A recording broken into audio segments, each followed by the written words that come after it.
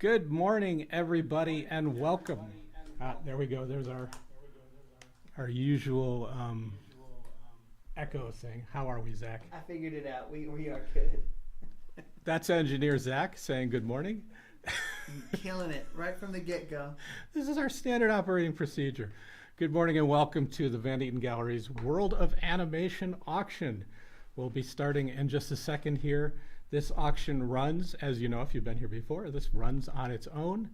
The items will open with about 30 seconds on them. If nobody bids, it will close, or there's no further bid, it will close and move on. If somebody bids, the clock will reset. Don't wait to snipe. Sometimes there's a delay, so you want to make sure if you're bidding, you bid on time and get it. And that's what we have to start. So, Zach, how are you doing today? I'm doing great. Yes. I got my very first pumpkin spice latte of the season. It's the season. It's the reason for the season. It's pumpkin. It is the first weekend of college football, so therefore fall is here. All right. There is no more summer. It's like the summer version of Punxsutawney Phil. Oh, is when the first pumpkin latte is spotted. Yep. That's no more summer. That's when it turns. All right, let's get it going here. Hit autopilot. Hit auto load next lot, and we hit open, and that should be good there. Yes, there we go. So you'll see that it's counting down. We're at about 20 seconds there. And if someone bids, it will go back up. This was, we had some early bidding on this one. Someone told me they wanted to bid on this because a Batman glass is mentioned on Family Guy in a joke, which our last guest was from Family Guy. Yeah. And we'll have a guest today is artist Katia Oloy, who worked with me at Disney. She's an artist, and she's worked in pin design, so we'll be talking about that too. Now, one of my coworkers, Brian, said this is the standard collector geek lament, is to look at this belt and say, oh, they didn't make this big enough for adults. So, so this is a child-sized belt and Batman shoelaces, but they are terrific. And we have about 341 lots. I think I'm remembering an old lot count from an old auction there. I think from 341. 341. Yeah. There you go. Yeah, we are at 341. A lot of different titles, a lot of new items or titles that we haven't had stuff up for auction before. We have a lot of Disney production art. Mm-hmm. X-Men, a lot of Marvel animation. We've got a Fantastic Four cell. We even have a Superman title cell with Supergirl and, not cell, sorry, it's a drawing, with Crypto and Supergirl on it. So that's a fun piece. A lot of fun pieces here. Oh, yeah. Yeah. From the world of animation. Yes. That's really cool. I think if I did get into collecting, it would be in some kind of animation, like memorabilia of some sort. A cell, a cup, like that. I think that's, if I started to get into collecting, that would probably be my avenue. I get it. Even working at Disney, I started collecting animation art largely from the Van Eaton Gallery. But because I was around Disney imagery all the time in my day job, I was collecting commercial art, like Count Chocula, Frankenberry, a lot of Lucky Charms, a lot of cereal, Schoolhouse Rocks, Conjunction Junction. I have a cell from that. Cartoons from the 80s, like Bill and Ted's Excellent Adventure. I had a cartoon, and I love that. I love the really obscure stuff. Back to the Future had a cartoon show. I have a cell from that. Men in Black had a cartoon as well, and it was really good. Yeah, some of those are surprising. Well, The Real Ghostbusters was a really good cartoon show. Oh, yeah. It's really good stories. I remember they even had an episode that was about a movie was being made about the Ghostbusters, and Lorenzo Music voiced Peter Venkman in it, who, later he would voice Garfield the cat, who was also voiced by Bill Murray in another product, who also played Peter Venkman in the original movie. Anyway, so they made it, they had a lot of fun about they're making the movie, but they're not making it like us. They're doing it wrong. They look wrong. And they actually showed at the very end. They showed the opening shots of the film, like which is outside the college and coming in on the door. Yeah. And you hear not Bill Murray, but you hear somebody doing a bad Lorenzo Music imitation, saying, "All right, what's the next card?" And Lorenzo Music goes, "He doesn't sound anything like me." One of those fun little meta jokes. Meta jokes, yeah. On Extremely meta. Oh, now Star Wars soap. I love these Star Wars soap lots we have. It just passed. The Star Wars soap packaging, they say like, Wicket the Ewok is a fierce warrior. That's why he's good at helping you keep clean. It's like they all say, Darth Vader is a fierce emperor. That's why he's good at helping you keep clean. It's just whatever is their raison d'etre becomes their reason. That's why they're good for helping you keep clean. It's a bit of a stretch. There is in another lot, or I think it wasn't that one. We have a Gamorrean guard, which are like the pig guards from Jabba's castle. Uh-huh. That's why they're good at helping you keep clean. So, interesting. I don't buy it with them. That one's the one suspect one. That's suspension of disbelief only gets you so far. Very true. Yeah. And let's see, we got a lot of stuff. We have we have highlights from this auction. Yes. But Erica mixed mine with our guests, Katia Oloy, the artist. So we're going to do them all once Katya's here, and she's going to be here pretty quick. Okay. Would you like to go over the stuff from the live auction that we have? We can do that. Our next catalog auction is coming up on September 13th.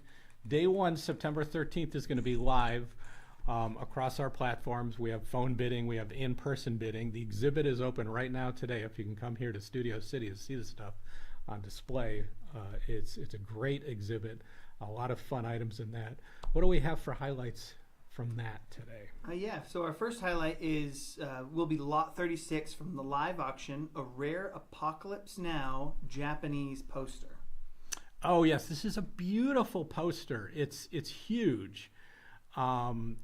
This is one of Erica's choices, actually, our graphic designer. She said she loves this piece, and it's great. Just combining the image of the surfer with the fleet of helicopters flying in. Really, really nice poster, and it's bigger than a standard movie poster. This will dominate your room if you put up. It's a beautiful piece. Yeah, it did take me a second to fully understand what I was looking at, but it is very interesting to look at. We'll go look at it in the exhibit because it's massive. Yeah. and really, really striking. After that, we've got lot 75 of the live auction, Guardians of the Galaxy Volume 2 Baby Groot Crew Gift. Okay, so this is we get these once in a while. This is a maquette of Baby Groot that was made up and given to the crew, people who worked on the film. So they're not available as product. They weren't sold out there in the Disney catalog. Mm-hmm. These are very rare pieces, and as you know, I love cast member pieces like this, cast and crew pieces like this. It's the really fun stuff to collect. Which reminds me, I forgot to bring something for you again. I know, that's okay. I know. After that, and Baby Groot, you have him basically life size, right? I did. He'll be, it's a very nice piece. Next up, lot 98 of the live auction, a robot chicken Marsha Brady puppet. Okay, so this is a good one. This is from a sketch that is parodying Mr. and Mrs. Smith. So it's Mr. and Mrs. Brady are trying to kill each other. And Marsha gets blown up in the living room. And you'll notice the puppet is missing one of her shoes. And I'm convinced that's because if you watch the piece, in the end, when she's blown up, there's one shoe left on her, but she's really mangled. So they just took one of their two shoes and used it in the production and left it with the other puppet. But I always enjoyed Robot Chicken. I've always enjoyed it. So this is a fun piece to have. We have one from a Harry Potter segment, too, of Professor McGonagall. Oh, is that right? Yeah. All right, so then after that, lot 111, the original Killer Clowns from Outer Space prototype head.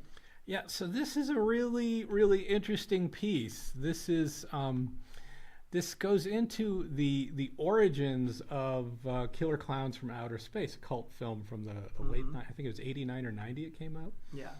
It was the Kyoto brothers who were saying, they were playing a game, or they were discussing between them. It was like, what is the scariest thing you could see if you're driving alone late at night, and you look, what is the scariest thing you could see? I don't know. Remember if they said in another car or just see out there. And what they came up with is a car coming up next to you with a clown driving it. And that was the birth of the concept of killer clowns from outer space. And this is the first prototype they made for a killer clown. So it's the genesis of that cult classic right there. I watched Killer Clowns for the first time a couple years back when they had a Killer Clowns from Outer Space area at Halloween Horror Nights in Orlando. And I was like, what is this? I've never heard of this. I need to watch this. And I watched it, and it's one of those like B, C movies, that very popular in the late 80s. Exactly. Yeah. And you can't help but love it because it's all like this practical set and everything is like very over the top and obnoxious, but somehow it just kind of works. There's a charm when you have a practical sets and makeup and puppets and goo flying around and stuff. Mm-hmm. I don't know. It kind of sells it more. There's a point where CGI is just a cartoon to me. Yeah. Now. It's just how they do it, and not as impressive when you see it done the real way. And I think nowadays a lot of times when stuff like that, like something really out of the box comes out, there is like this need to explain why all of this stuff. But there's no explanation as to where these clowns are from, why they are clowns, or the cotton candy cocoons that they have. Like you just know that they're trying to like eat people. That's about it. And you don't need any more explanation than that. I'm not watching the movie and afterwards being like, why did they have cotton candy cocoons? How did they get to Earth in that ship that size? Or how did they, or why are they? Yeah. Sometimes movies can just be a movie. It doesn't need to be a thesis on how this could potentially be possible. And that's from the era. This reminds me of my motion picture marketing class in film school, which I went to in the 80s. And, we were told, horror movies always make money. So back then, making a low-budget movie, like something as distinct as the Killer Clowns, it was like a no-brainer to make that. And for it to still have legs and going now, I bid on this model. This is a really nice little model. I didn't even know the show it's based on. But it's so well painted. It's about 5 inches tall, that little thin plastic. Oh, really? Does it stand up on its own? It does. It does stand up on its own. It's a really sweet little piece that someone else is going to get for a good price. But we have a lot of fun stuff like this. I'm not familiar with this Kipo and the Age of Wonder Beasts. I believe it's a Netflix film. Okay. But we have this limited print and plush of a character from it. So there's an opportunity if we have a fan out there. Yeah.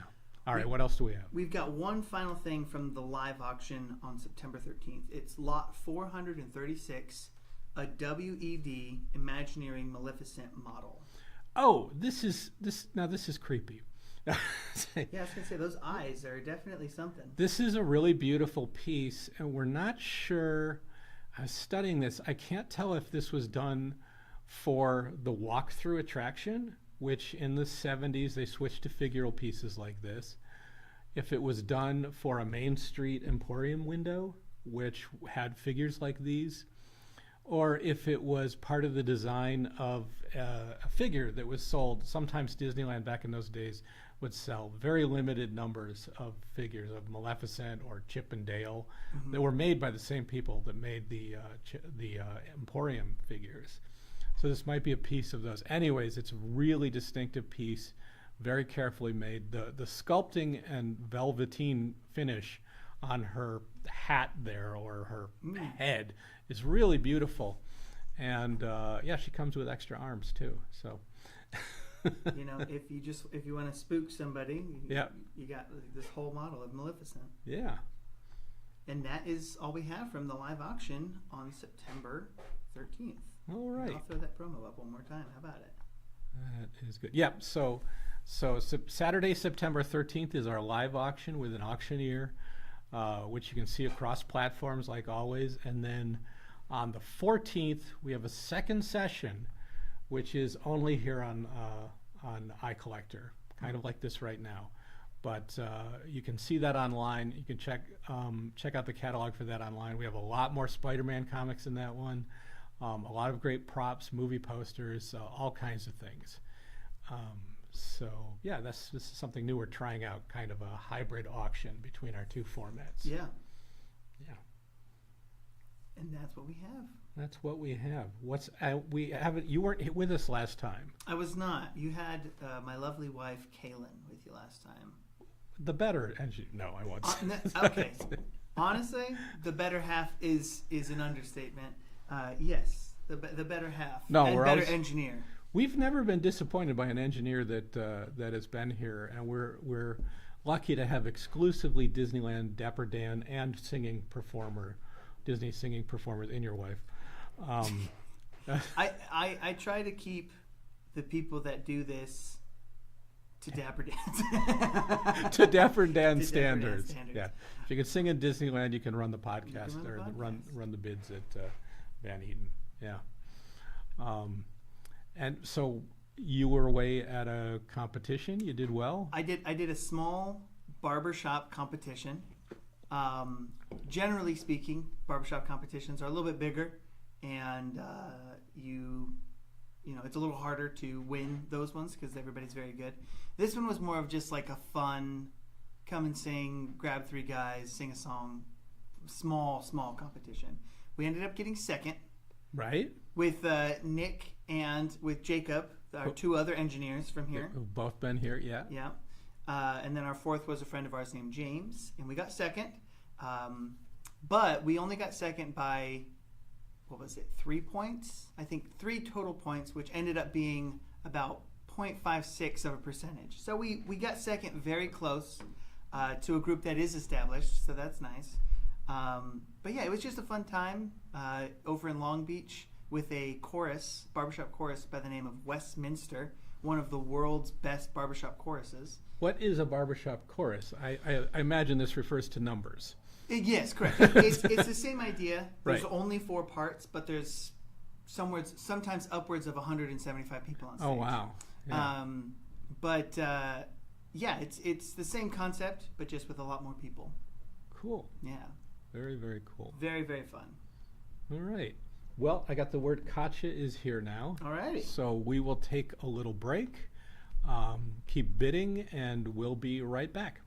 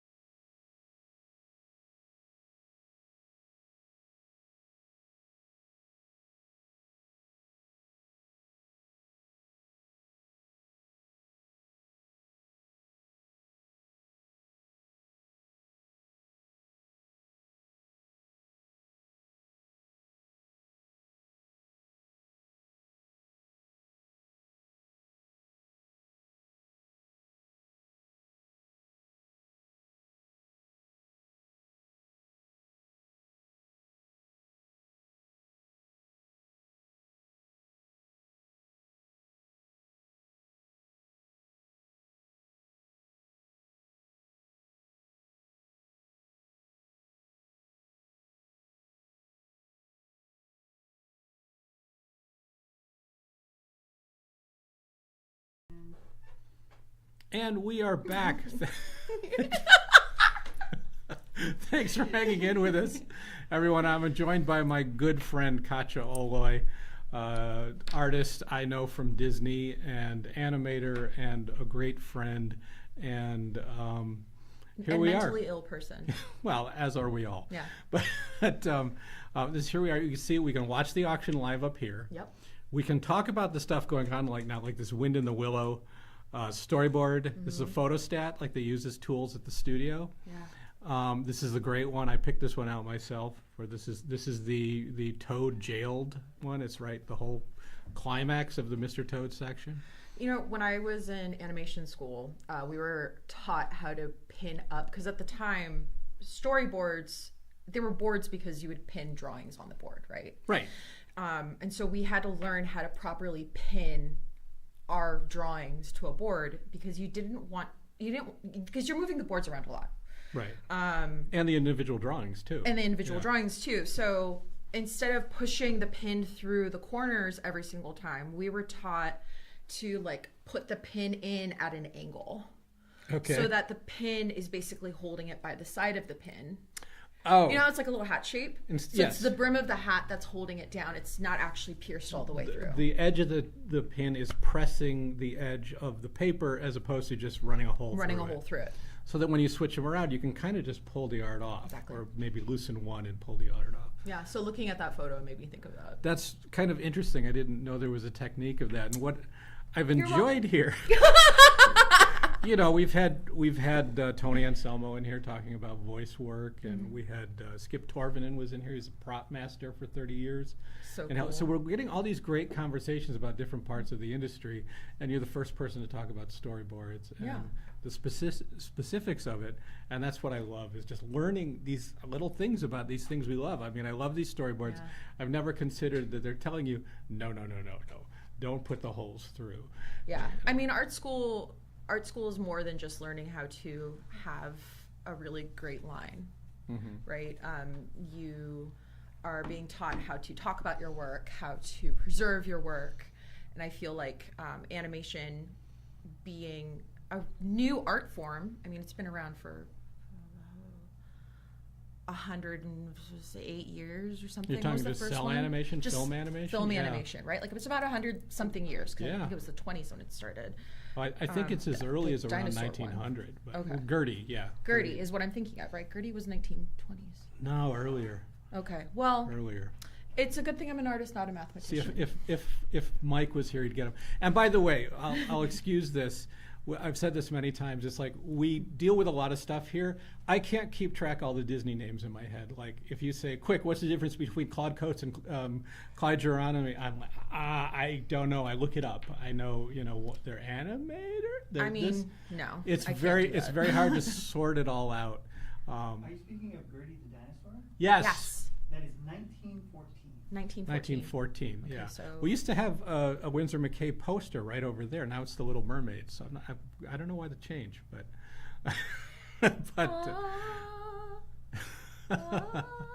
Oh, so I was saying, part of the work of being a creative person in any field is being able to know how to speak about it, present it, and animation didn't really have any of that like traditional schooling and thought. Like we didn't have animation schools back in like the 40s. It was you worked at Disney, you worked at Warner Brothers. Disney kind of started it with Chouinard. Is that Chouinard? I think is the pronunciation. It was the art school that he sent the guys over to, and they got the live deer in. And then later at the studio. But even still, they didn't have the practices of what's going to happen to the ink, what's going to happen to the cells, what's going to happen. Famously, like when you get a tour through Walt Disney Studios, the lot.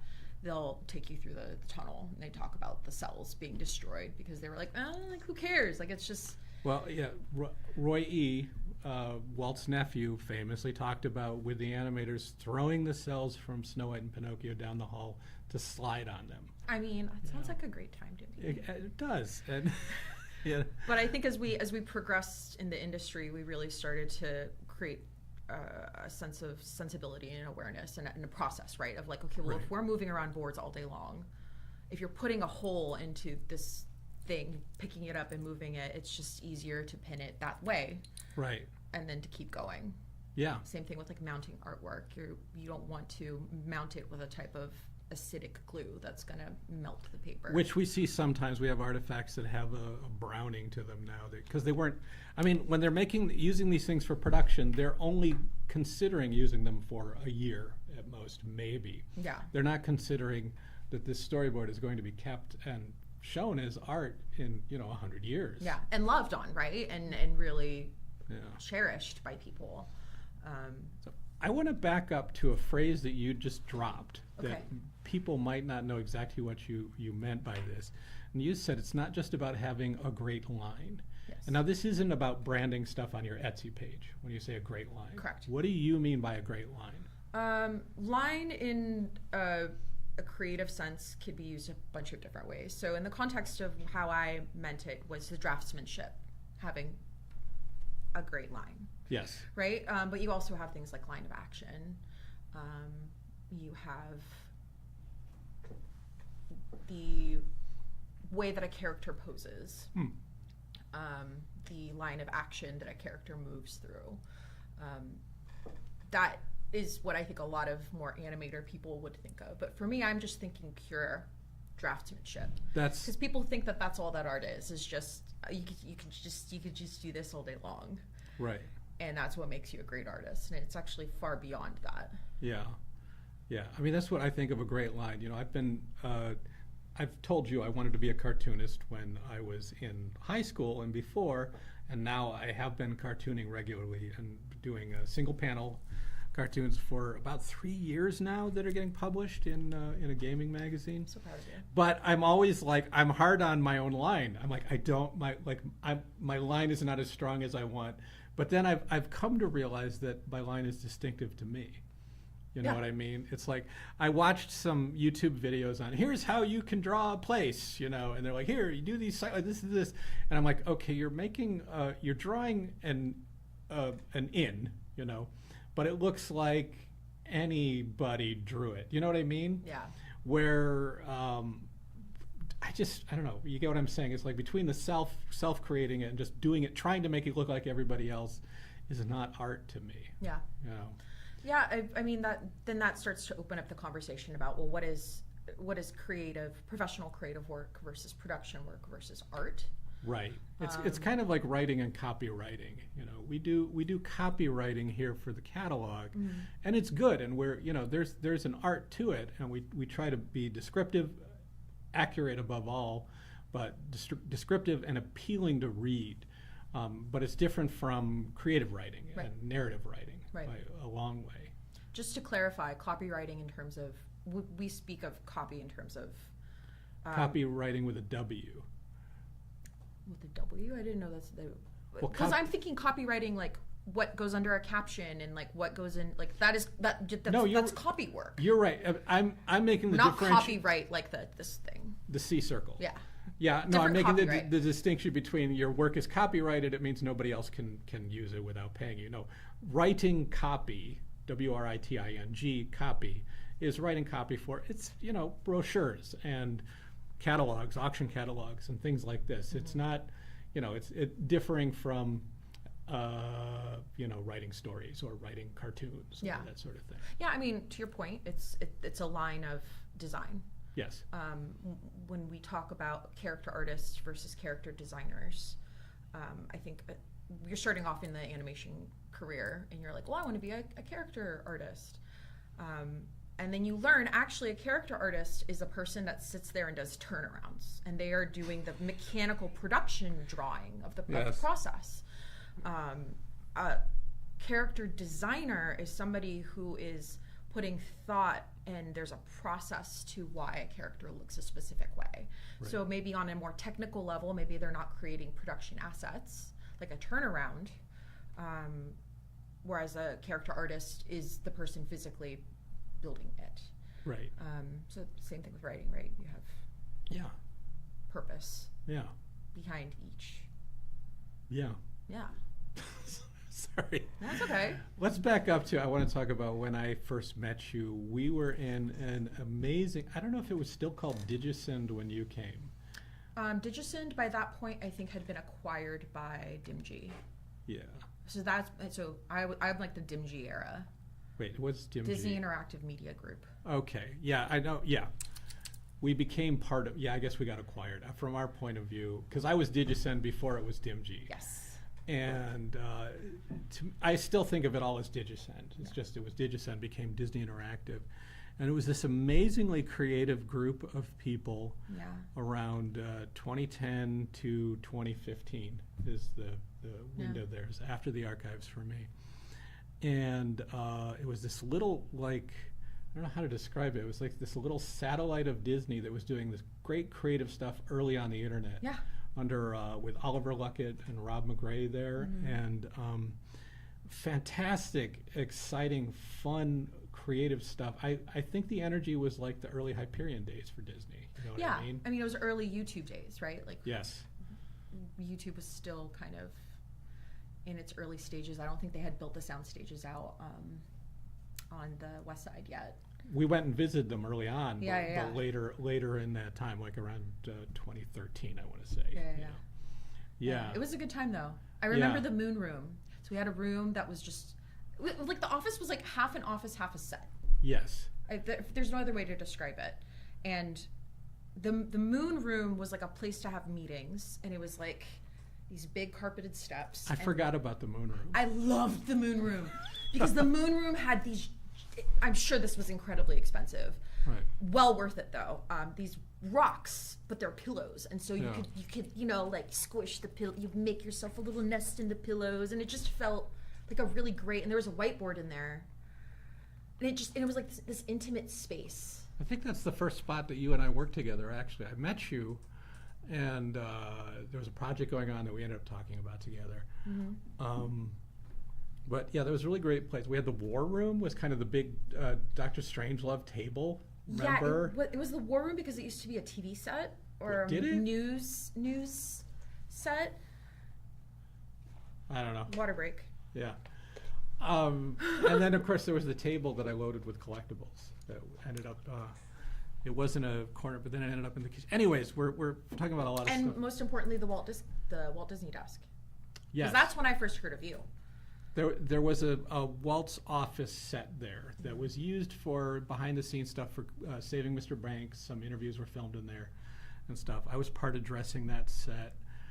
But out of that group, I think the thing that would be most remembered from that is Blank, a Vinylmation love story.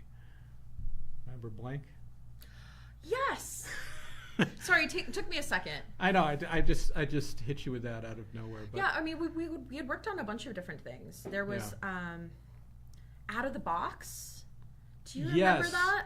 I did a lot of the branding for that. That was the live action. Matt was producing that. Matt Wyatt. Yeah. I really liked that. It was really fun. I did a lot of kind of support for that, or like kind of brainstorm. What can you do with this idea? I remember getting props for it, like a Tron Deadly Disc prop, and I still have a Walt Disney business card that I made up for that. It didn't get used, but it was a copy of Walt's original card that we've all seen the artwork for. Yeah. It was this really great creative group. We did the early Twitter and Facebook for Disney. We were doing, it was a lot of fun. It was like almost pre-BuzzFeed kind of list. Like it was that era, right? Of like we're creating content, but like there's this amphibious.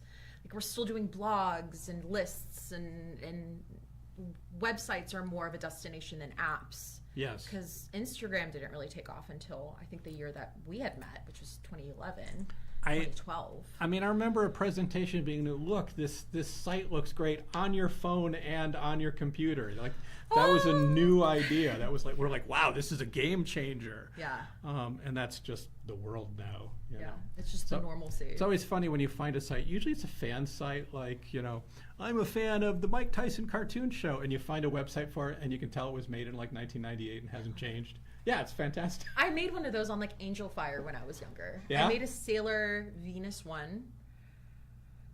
I want to say. I don't know. Okay, so let's go to now I'm going to go to a different track here. What are you a fan of? What do you collect, or would you collect, or what are you a fan of in animation, in life, in anything? My biggest obsession is Final Fantasy VII. Okay. But I don't think you've ever talked to me about Final I know. Fantasy VII. So and I would say Alice, which is really eaten up 3/4 of my life in terms of being fascinated by it, enjoying like the peripheral, not just Alice in Wonderland, like Disney's Alice, or like the 90s TV show, or the rides at the park, but the books and the video games that have come out around it that are, for example, like American McGee's Alice. And there's like a book series that I cannot think of the top of my head, but there was a really lovely book series that came out that I was like, oh my god, I love this, because it's about Alice and it's like an expansion on that world. And it really helped me understand the world around me. And as I've become an adult, like I've really delved into like my mental health side of it to be like, okay, that's why that is so beautiful. Sorry, I'm distracted. So it's a model cell. It's fine to be distracted by the stuff going on. I love this piece. It's a model cell from 101 Dalmatians of Sergeant Tibbs with the haystack. It's just a great piece, and a production background that's not a copy background. I feel like people sleep on a lot of the Disney films of this era, because I think 101 Dalmatians was the first film where they started to get away with some of their Xeroxing effect. Right? Well, it's the xerography, and I believe it was the first 70s. feature, 60s, 61. And that's how they were able to do that with all those spots. Yeah. I always, in my personal timeline, I can't, like if you say quick, which came out first, Sword in the Stone or Dalmatians? I go, yeah. But it was Sword in the Dalmatians. Stone.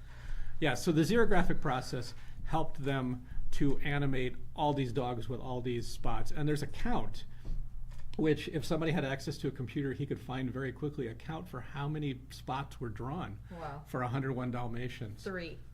Sorry, how many, Zach? How many spots were drawn in the original 101 Dalmatians? They have an actual number for it. I think the part of the film where you could really see that the most is the snow and the car scene, right? Because they took footage of that. Yes. And then they Xeroxed it, and you could really, really see. It's actually live action footage of a car model going into a model snowbank. Yeah.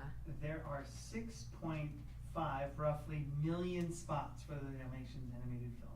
There's an exact count too. There is. It's 6,469,952. All right, there you go. So yeah, many. because How they many know bubbles are in cell Little by cell. Mermaid? Oh, a lot. I love this. This model sheet is all of Mim's transformations in the Wizard that. Duel. It's you never see a model sheet like this with that variety. She's the dragon. She's the tiger. She's there. I don't we know. are getting close to our lots to feature for this. Oh, okay. I'm sorry. Just not to derail, but No, we are no. getting close to that. You're right. This whole conversation's been just kind of a derailing. Well, hopefully people are finding this interesting. When we take a break, we can look at the questions. We'll find out. If you have any questions for Katia or me, like what are you talking about? Yeah. Just put it in the comments and we'll get to them at the break here. But what did we pick, Zach, to highlight in this auction? I've always forgotten by the time we get here. No worries, because I've got a list. All right. Lot 110, a Mickey's Christmas Carol poster. All right, I just picked this because this is a small poster. It's maybe 22 by 28. You'll see it in the listing, the exact size.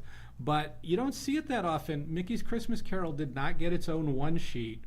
It was shared on a double bill with the Rescuers. So there's a kind of red maroon poster that has the Rescuers on top and Mickey's Christmas Carol on the bottom. Yeah, So, that movie was very maroon. Yeah, Very, very, like all I could think of is like mustard and maroon. yeah. And like that one moment, the bird. Yeah. I don't know. Okay. Don't mind me. So anyways, I like this poster. That was why I picked it.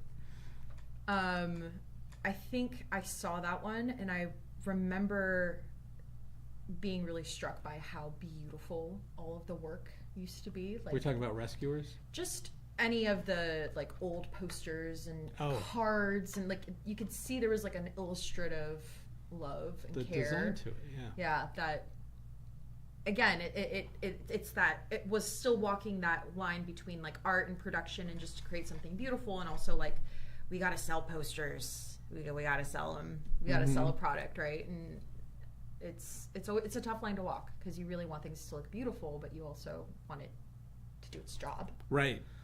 And I think that one captures it very well. I love these Goofy scissors. I have never. I never saw them before. It's shaped like Goofy. Oh my god! You cut with his mouth. Are they safety scissors or? Yeah, it says right on it, safety scissors. I can't read. I know. It's okay. That's why I became an artist. I handled them and described them, so I know they're safety scissors. Oh my god! And it says at the top, a pair of Goofy safety scissors. Someone's getting a good deal on this. I really like them, and they're mint. They're on the card, unopened. Are they right-handed or left-handed? They are probably right-handed, because are you left-handed, right? No. What? I'm left-handed. I should be snobby. We have this conversation often. Yeah, I'm also forgetful. So. No, I forgot that you're left-handed. Yeah. This is not the first time that I was like, oh yeah. Well, there's this rumor that like all artists are left-handed. I think it has to do with the brain situation. Yeah. I can draw with both hands. I am kind of ambidextrous. I use right-handed scissors. Yeah. And yeah. Anyways, what else do we have, Zach? Next one. Next up, we've got Lot 135, an Aladdin production drawing and live action print. Oh, you picked this one. This is pretty cool. Okay, yeah, because he's. It's really rough of him, and he's covered. I think it has the word on it that he's saying, "Hello, ladies" or something. It's got it's in the one jump number. There's a couple of things going on here. I think there's a timing chart in the top right hand corner in red, and I want to say this is actually. I know in the photo it looks like it's one thing, but I think it's two. It is two. The second is a printed out like a photocopy of the live reference videotape of an actor doing this, going, "Good morning, ladies," I think he says. And it might say morning on it, like he wrote, this is the moment in that word. Yeah. Yeah.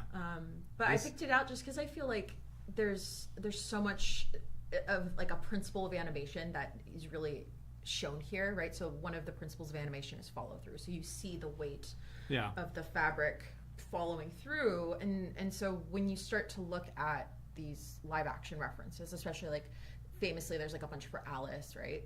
Where you see Catherine Beaumont's face and it's one to one.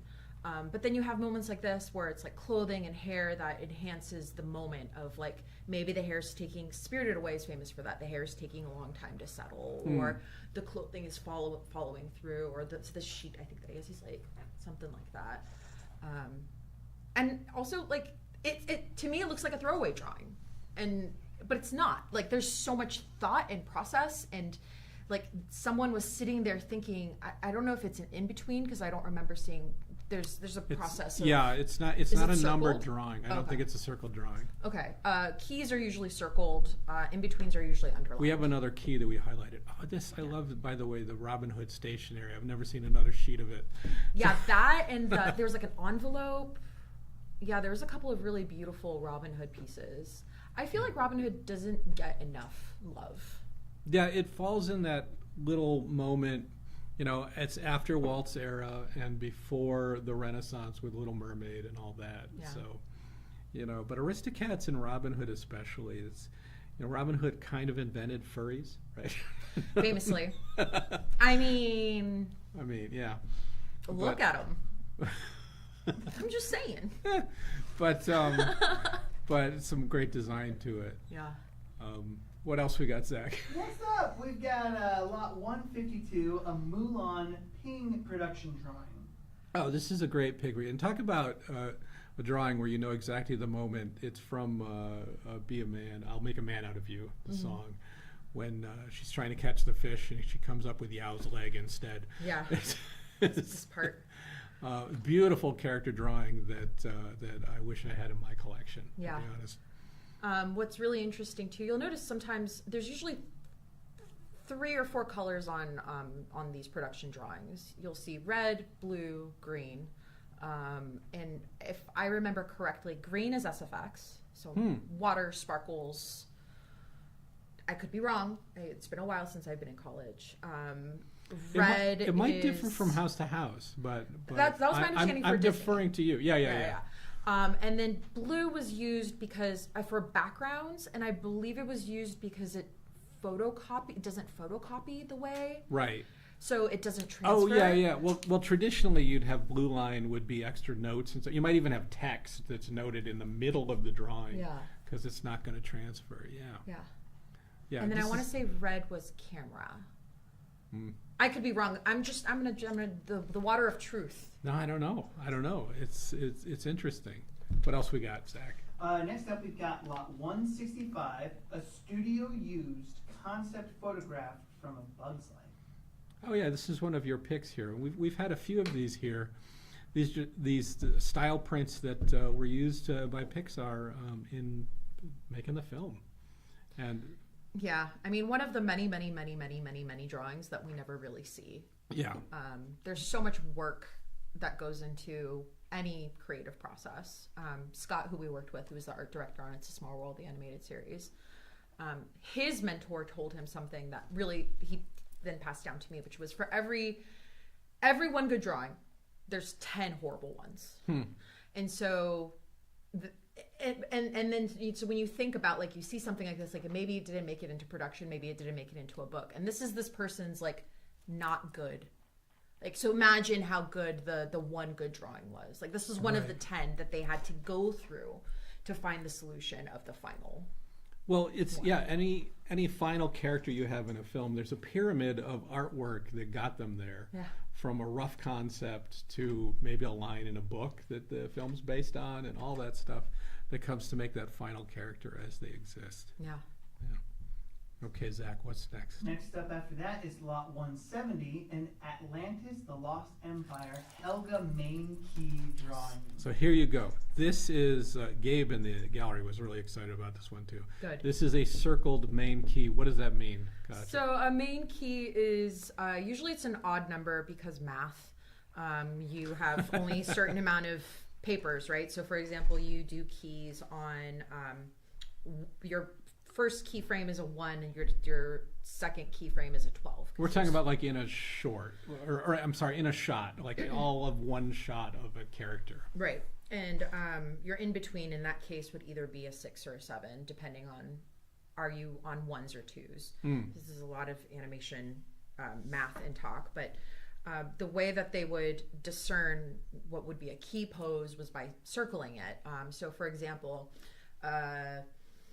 me moving this would be a key pose. This is like a key posture that I have. Right. And then say I had a thought. So this would be another key pose, right? And then what makes the character have sort of shape and form and energy and describes the timing is, well, what happens between here and here, and then coming back again. So whether your in between comes down and then comes up, or whether it's I've arrived at something, right? It really or pull back, right? Like or like a right. But that would give you another key probably. If you meant that, yeah. And so key drawings are a huge part of laying out a shot, and typically a key drawing is also linked to the animator that was responsible for this character.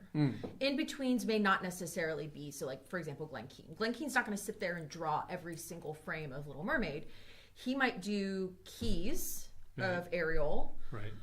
Maybe a couple of in-betweens, or maybe if it's like a really emotional scene, he'll do like a whole shot, but he's not sitting there doing in-betweens of every single one. So when you see a key drawing, like that's actually that is the animator. You know who did that. It's the lead animator on that show, on that movie, on that character. Because they have you can see it in the credits at the end of the Disney movies. Like Iago has a team. We'll say voiced by Gilbert Gottfried, lead animator. This might have been Andreas. I always get wrong. I know he did. He did Jafar. Yeah. So he might have done Iago too, but that would make sense. Yeah, I'm just making it up. I shouldn't see. This is again that trying to remember every Disney. You're gonna get canceled for not remembering who specifically was the lead animator on Iago. Yeah. Shame. If only I had access to an engineer. It says it's not specifying Iago. Yeah. So it probably would be Andreas. It says Will Finn was the lead animator for the character Iago in Oh, okay. Aladdin. All right, there you go. Interesting. There you go. So we do have a Iago drawing here. Some great stuff here. This chief from Fox and the Hound. I tried to pull from as much of Disney's history as I could to represent here. It's this great little poster. I love it. I love the use of blue in lieu of black, right? Like when we think of... Well, for a Christmas poster, there's not a lot of green and red here. Yeah. There's some all through it, but it's not predominantly. Yeah. But the white and the blue give you the cold feeling. One of my instructors in college worked on Balto, and you would think, okay, it's a movie about Alaska, so it's all blue, but it's wildly colorful. Like there's oranges and ochres and purples. Like the snow has a variety, a multitude of different colors.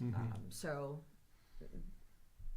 it's always fun to see like these choices. Like, okay, if you chose blue, what is it about it that you're using that blue for? The characters are the ones that are bringing the warmth into the shot, for example, right? So making these choices is always really...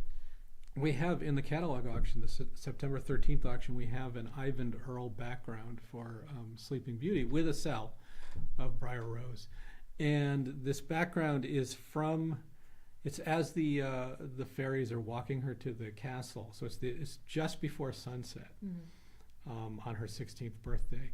And you can see there's this great Ivan Earl tree drawn there, and there's an orange glow of the sun on the right side. And the sky above the lake in the background is this kind of purple lavender, this kind of soft purple. It's this really beautiful piece, really, really beautiful piece. Speaking of the choices for the... Is it getting warmer I'm assuming they're walking from left to right. Yes. So it's warmer on the right side of the shot than it is on the left? It is, because they're walking towards the sun, basically. So the background is warming as well. Yeah. Yeah. Yeah, it's a really beautiful piece. Yeah, famously, I think everybody hated him, right? Like hated who? Ivan Earl when he. Oh, I don't know this. Speculation. Maybe I read this in a book, but the animators up until that point, everything's supposed to be soft and squishy and round, and his backgrounds and his concept art was incredibly hard. Like there was hard angles, and the way that the characters were designed were with really hard angles. It was very, very different in terms of all of the other movies that they had worked on, and it just caused a pain point for a lot of people because they're just like, but this looks right, and he's like, no, but it doesn't look right because it's an aesthetic choice. Well, we're getting into conversations about creative people who are working together for a long time. And, you know, I know that Bill Peet and Ward.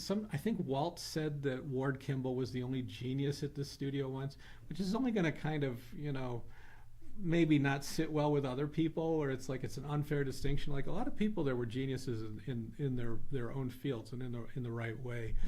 And Sleeping Beauty was so different and took so long to make because Walt said, I want this to look like a moving illustration, which is, you might go, well, that's what all animation is, but he wanted every frame to look like a master key frame, basically.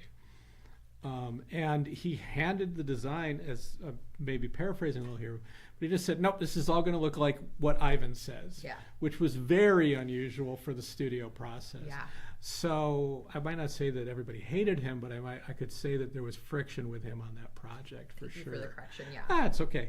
I mean, I'm just saying, looking at here, Radigan, you got to love a Radigan cell. We need more like, what's it called? The post 6 o'clock shadow?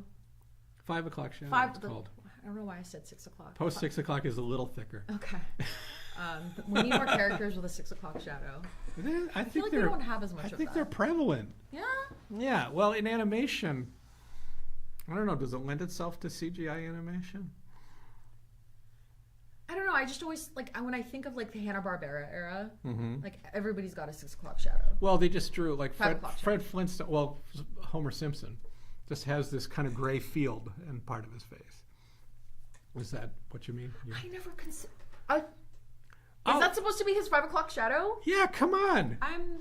Like, there's an early... I can't read and I can't see, There's an early episode. There's a very early episode, probably before you were born. But when were you born? Well, you don't have to tell. Never mind. But there's an early episode of The Simpsons where he shaves for work And so his whole face is yellow. And he goes, "Ah, good," or whatever. And he turns from the mirror, and as he turns, his face fades back to his 5 o'clock shadow, like right in the shot. So yeah, that's his 5 o'clock shadow. I never saw that episode, so maybe I don't know. I just thought like maybe it's just Well, like it was long before you were born, Yeah. so you wouldn't have seen it. the 60s. Oh, did we lose the TV Our connection? TV just chose to make it about itself. The good auction. news is the auction is still going on. Yes. Okay. Well, we're okay without that there for the moment. Let me see if we have any questions. Nope, no new questions. It is 12:15. How about we take a little break Sure. and we'll come back and we'll look at some of your art. Okay, no pressure. No pressure. Try it now. All right. 5 minutes. Thanks, everybody. How long is our break? We don't know. Okay. We tell them we'll be back shortly, and then we do what we want. Okay. So, so we'll be back shortly. Thanks, everybody, for sticking in there. Keep bidding, and we'll see you soon.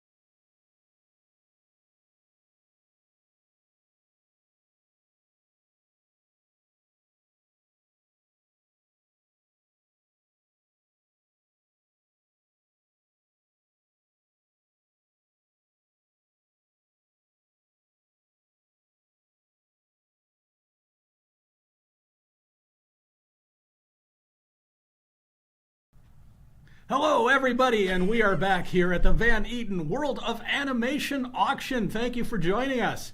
I'm here with artist Katia Oloy and engineer Dapper Zach. Hey! Hey, how's it going? Oh, great. I love that intro. Oh, you asked for it. You got it, man. Yeah, no, we're happy. Thanks, everybody, for being here. We're sharing some great pieces here from the Van Eaton vaults. And I hope you're finding something you like. These are some rare little pieces. I hadn't seen these before. Motivational prints of Mickey Mouse about creativity. Yeah. Expression, feelings, principles. Interesting stuff. So, and now we are back with Katia, and you've brought some paintings. Yes. So you tasked me with what's something I'm proud of? What do I want to share? And I was like, I've worked on so much, and I feel very privileged in my career to have worked at Disney, and I worked on movie posters and at BuzzFeed and all these different things, and I'm proud of it all. I think the direction that I'm moving in is sort of my purpose, which is to be able to have conversations about mental health, to be able to advocate for people, to be able to say like, hey, like we all go through stuff. We're all going through stuff. And this is my way of coping with it. So I've been doing art of Alice for the better part of my life, probably started sometime in high school. And what you see here is two pieces that I recently had shown in a mental health awareness show. And the character that's behind me, the Queen, was the first piece. Not this particular one, but she was the first character to kind of emerge out of this world. So when I was working at Disney, I was deeply, deeply happy about my career. But I would come home and just cry. And my husband, at the time, my boyfriend, James, was like, are you okay? And I'm like, I don't know, I'm crying. And started going to therapy, got diagnosed with anxiety. Since then, I've been diagnosed properly for PTSD and CPTSD. But in these early stages, it was like, well, who is this voice that's always in your head, always yelling at you? Let's start there. And so my therapist knew I worked as a character designer, and she said, draw this voice, whoever it is, whatever it is. And so it's the Red Queen. I'm not sure which way to turn. You can see, you're good right there. You could you could come this way just a couple inches maybe. There you go. Scooch. Yeah, and if you look at my Instagram, it's just years and years worth of different drawings of basically Alice in this world of pain and horror, and sort of my perspective on what I went through as a kid and how I've dealt with things as an adult. And from there, going into therapy, my therapist specializes in IFS, which is internal family systems, which was developed by Richard Schwartz. And it's this thinking that there is self. I'm here present as self. And I have other parts that are here with me. Probably one of my creative part for sure, because I wanted to be able to speak about my art. The parts of you that know you and love you as a friend, right? I could feel like a little anxiety part that's like, hey, like being on camera, this is scary. This is a lot of pressure, right? I could feel Chicken. Chicken is my sense of humor. She's often here. And to be able to have a conversation with these parts, to be able to say like, well, what do you need me to know in this moment? Like, I'm on camera and this is tough. It's stressful. And to be able to be like, okay, I see you, I hear you. What do you need out of me? I don't know. I just need you to know that I'm scared. Okay. And it calms it. I mean, that's my experience for some of these parts. For other parts, it's my rage. Like up here, I call her the cat. And it's this giant bubble Cheshire cat looking thing. And, you know, she's a part that it's considered a protector. And not only was she a protector, she is a protector, but she was also exiled, and sort of the journey of getting to know her and coming to really value her and understand like this part is coming up because I feel threatened, because I'm unsafe, and I deserve safety and I deserve respect. And that part helps facilitate strength and the ability to be like, no, you can't talk to me that way. And as I've been going on this mental health journey, right, since I first got diagnosed, I just started sharing stuff on Facebook, and people would reach out and be like, hey, thanks. I go through something similar, or my uncle has bipolar and I don't understand a lot of the time, but I somehow can understand a little bit more through this lens. So I've been pursuing putting particularly this sort of art into the world. I feel like I've lived a very, very privileged life and career, having contributed to the Walt Disney Company in a way that will last forever. Pretty cool. High five. Yes. Now what? Like, you do that in your early 20s and you climb Mount Everest, but there's other mountains to be climbing. Right. And then you start to ask yourself, well, why am I climbing these mountains? Who is this all for? And it's all meaningless and nihilism. And we'll be right back. Yeah. No, I'm sorry. So that's kind of... Well, it's very powerful to be able to help somebody to both not only feel seen, but to help them see themselves. Yeah. What you're saying. So that's really great that you're reaching people like that. I love your art, and I've followed you in your Alice art for a long time, and some of it's strong for me. You know, I don't have every print hanging up on my wall. I have some select ones. You have one of my favorites. It's a fountain with crows. It's like a colorful fountain. It's a really with nice crows piece. It's right over Alice. it's like 10 feet from us right now. Yeah. That and her with the large, it looks like a panther. It's like a leopard, yeah. Yeah. And she's daydreaming. Beautiful pieces. Yeah. I'd like to see more. Well, I hope you don't feel threatened here with us. I know. Not at all. I know that Zach is intimidating. It's the no hair. Very intimidating. I'm so. I'm not trying to make light of what you're saying, but no, yeah. I mean, it's. I hope just talking with us here on camera. I know. Yeah. Every time we're getting on, it's like, okay, we're going to be seen. We have to be up. We're talking about. It takes energy to be on and up and present. Yeah. But I really enjoyed this, both with what we're dealing with here and dealing with you, and Zach's pretty good. I only get to see him during these things. Yeah. So and I mean, just want to have him up here. The work, right? Like, we're looking at these 3 drawings from Mulan. Yeah, these expressions. That's somebody's face you're looking at. That's an animator looking in a mirror, like trying to figure out, like, how do I capture this emotion? I may not necessarily be evil like Genghis Khan, right? Or one of his henchmen, but how do I manifest that into the world to be able to tell this story of a journey of a character? Yeah. That's a key one, the lower right one. That's the, how many messengers, how many people are needed to take the message back? He said just one. One. And shoots the other guy, yeah. Ugh. I love this Emperor production drawing. Yeah. I think the simplest things are sometimes the hardest things to draw and animate. And the hat that he's wearing, it's just a plane. Yes.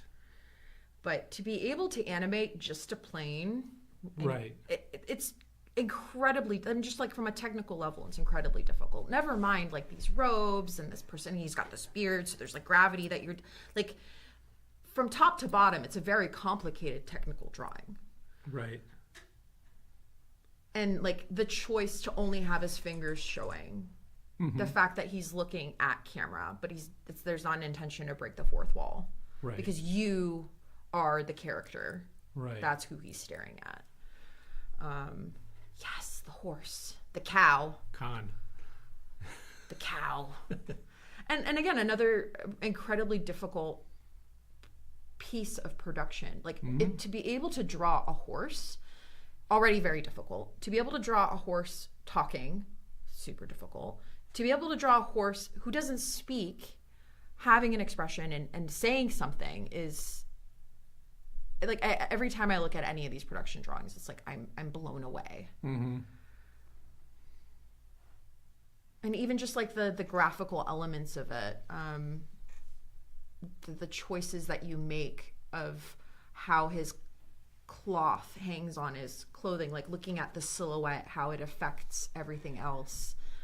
I thought it was interesting to learn because I wasn't conscious of this watching Mulan. I like the movie very much.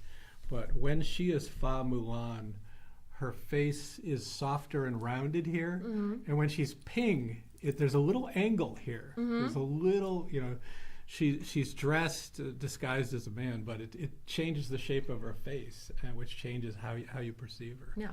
It's really interesting. It's all about the line. Yeah. Oh, speaking of, you make me think, speaking of graphic choices in Disney animation, Yes. Mickey Mouse's ears Yes. took them a while to figure out how to draw. Yes. Because they're just circles. Yes. And they're fine in Plain Crazy and the early ones. They're just circles. But you can see, I think it's in Carnival Kid. I might be wrong, but it's one of those really early ones. Somebody went, well, no, if he turns his head, his ears have to change position. Yes. And so they're flying around really weirdly. They do. And- They do this. They do. They're very strange. But no. Somebody figured out. No. This is a cartoon.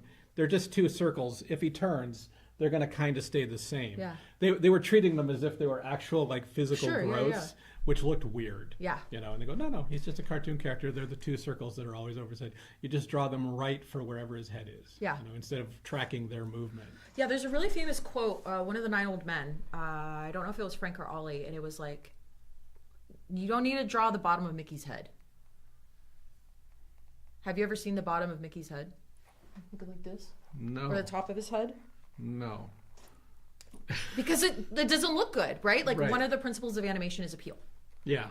Like, why draw something if it looks disgusting? And if you could have, instead of him looking up like this, and all you see is chin and, like, some weird nose, and, like, his ears are doing something weird, it's more interesting to turn him and Right. have the line of action and then his body's also reacting as well, right?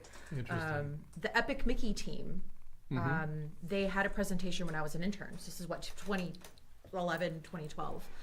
And they were like, what did we do with his ears? Like, because if you look at Epic Mickey, his ears are always perfect. Right. That's not always the case in a lot of these like Mickey video game moments, because he has the ears just kind of stay there, right? In Right. Epic Mickey, they made a conscious choice that the ears are always facing the camera, no matter what's going on. Right. Because it harkens back to exactly what you're saying. It's Yeah, his ears are not just Yeah. because he's not a mouse. So earlier games, you're saying they 3D modeled Mickey, and it was like you were turning a plastic figure of him around, and he'd look odd from certain angles. Yeah. Yeah, I get it. Yeah. Yeah, I remember seeing that talk and being like, "What? That's amazing." Yeah. Yeah. Not to go back on what we were talking, not the lots that we were talking about. We said Right. we said a couple lots to go. Yes. But the one this is apropos to what we're talking about now. Lot number 190, a Mickey Through the Years series cell. Oh, right. Series cell. Yeah. Yeah, you really start to see his evolution. I really like. I was just talking about this. If you see right after Sorcerer Mickey, that's nifty 90s. And for a while, and in posters and stuff, they really drew him as if his ears were like actual mouse ears, like with an inside and stuff. They're very appealing in 2 dimensions, but it just didn't really work for the character. No. But I love seeing those pieces and collecting them. It reminds me of like seeing Goofy's toes. You know what I mean? Because there's like the old Goofy shorts where like he's learning how to play hockey and things like that. Even Mickey, you see his bare feet sometimes. Yeah. And, It's kind of one of put Yeah. your shoes on. Yeah. Put those grippers away.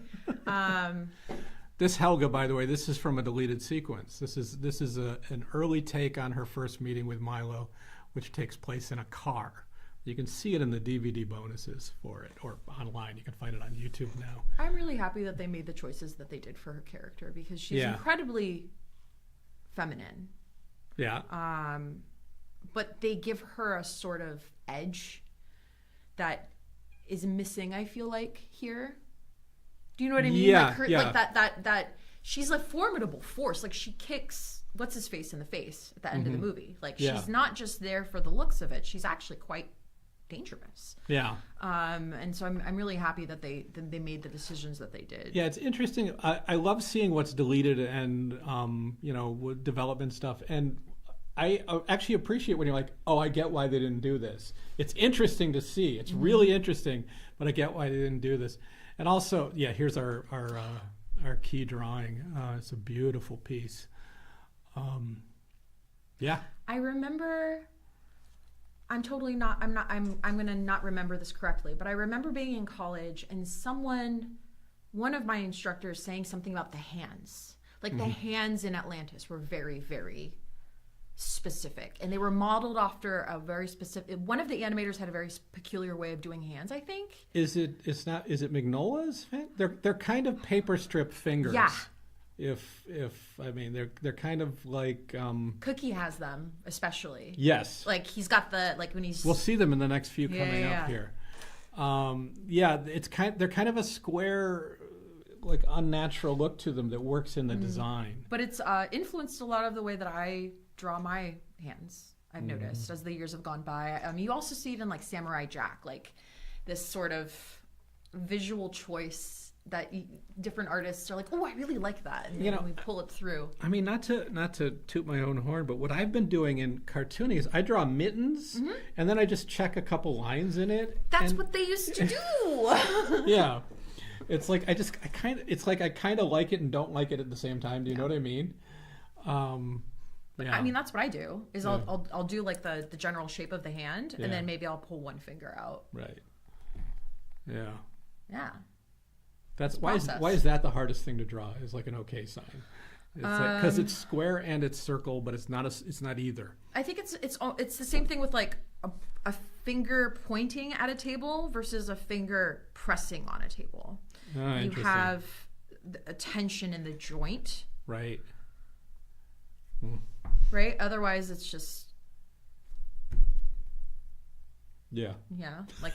The holding the soda hands that you see in like old video games. Right.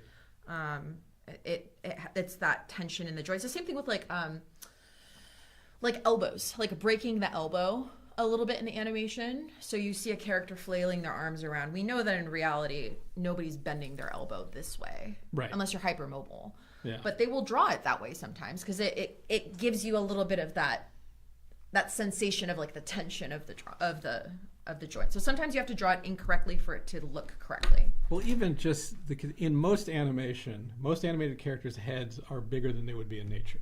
100%. Like even on what we consider realistic drawing, because it just looks weird if you draw them to scale. Yeah, it's the principle of appeal. Yeah. Oh, that's interesting. Yeah. That phrase, I haven't heard that, the principle of appeal, but it's kind of self-explanatory. Yeah. I mean, so I'm from the Soviet Union. I think you know that. I was born in what is now Ukraine, and my family's okay. Moving on. I've had the privilege of growing up with a variety of different animation, right? Obviously, growing up in the United States, exposed to a lot of Disney, Japanese animation, because that's the world that we live in, and I really love anime.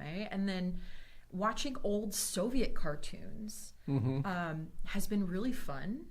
Because you could see where they rotoscoped on top of Disney animation to make their own animation. Oh, interesting.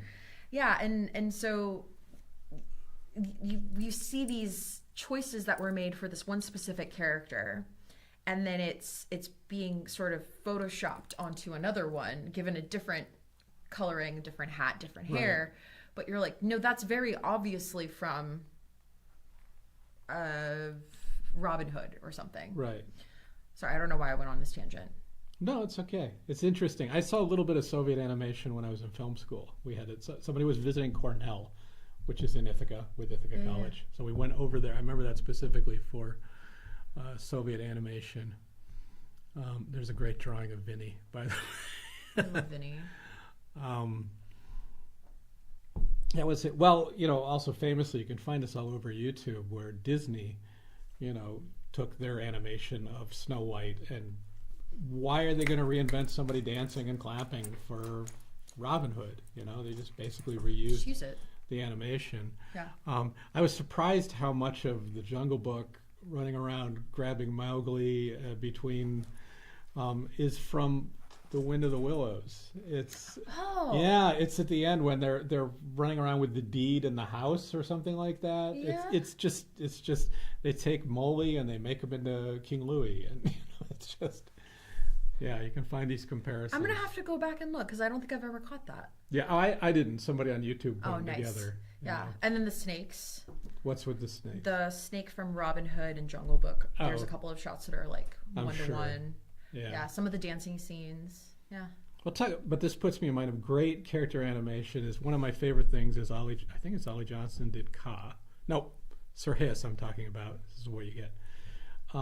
Sir Hiss on the edge of his basket, leaning on, he's got his coils like elbows. Everybody knows exactly what I'm talking about. It's just beautiful, a beautiful thought. Because what do you do with a snake for, posing, for slumping and stuff? It's just fantastic. Yeah, and you see those choices in like more modern films too, like Tarzan. We're always thinking about this sort of character speaking, so that's where all the acting is happening. Right. There's this, one of my favorite pieces of animation. Jane is packing up the camp, and Tarzan is like excited to see her, and he brought her this big bouquet of flowers, and he's kind of getting jostled around, and like he runs into her, the flowers, the bouquet kind of falls apart, and she's trying to tell him, like, Tarzan, like, we're leaving, and he's like doing a very typical male thing, which is like, yeah, I'm listening, and he's like going through the bouquet, like making the bouquet, like yeah, and then you see this moment where it hits, where he's like, oh, Jane is leaving, so he's no longer focused in on this bouquet, and he looks at her, and he has, I think, one of the pieces left, and you see him. She's still talking through all of this. Like, he hasn't spoken a word, and you see him twirl it, and it's just like such a beautiful little moment of like self-soothing behavior, like stimming, to be like, oh my god, like, and he looks off camera and he's twirling that stem, and it's always these like little things, like we think of like these big animation, like Ariel coming up on the water and the water splashing, like, sure, but there's also these really beautiful, sweet human moments, like the snake, right, where you're just like, ooh, like that just feels human, in a way that you just couldn't anticipate it feeling. Yeah.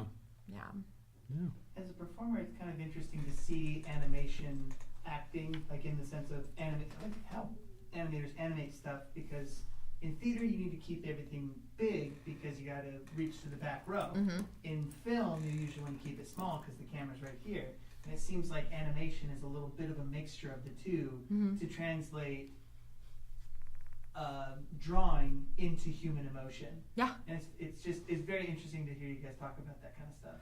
Yeah, I mean, a lot of those principles of film or of theater, the three-quarter rule, or commedia dell'arte, right, like the foot posing and all of that being downstage and upstage, all of that has transcended through theater, these hundreds of years that we had theater, into film. And now it lives on in animation with, sort of the like editing, the anticipatory look, like somebody's about to come on stage.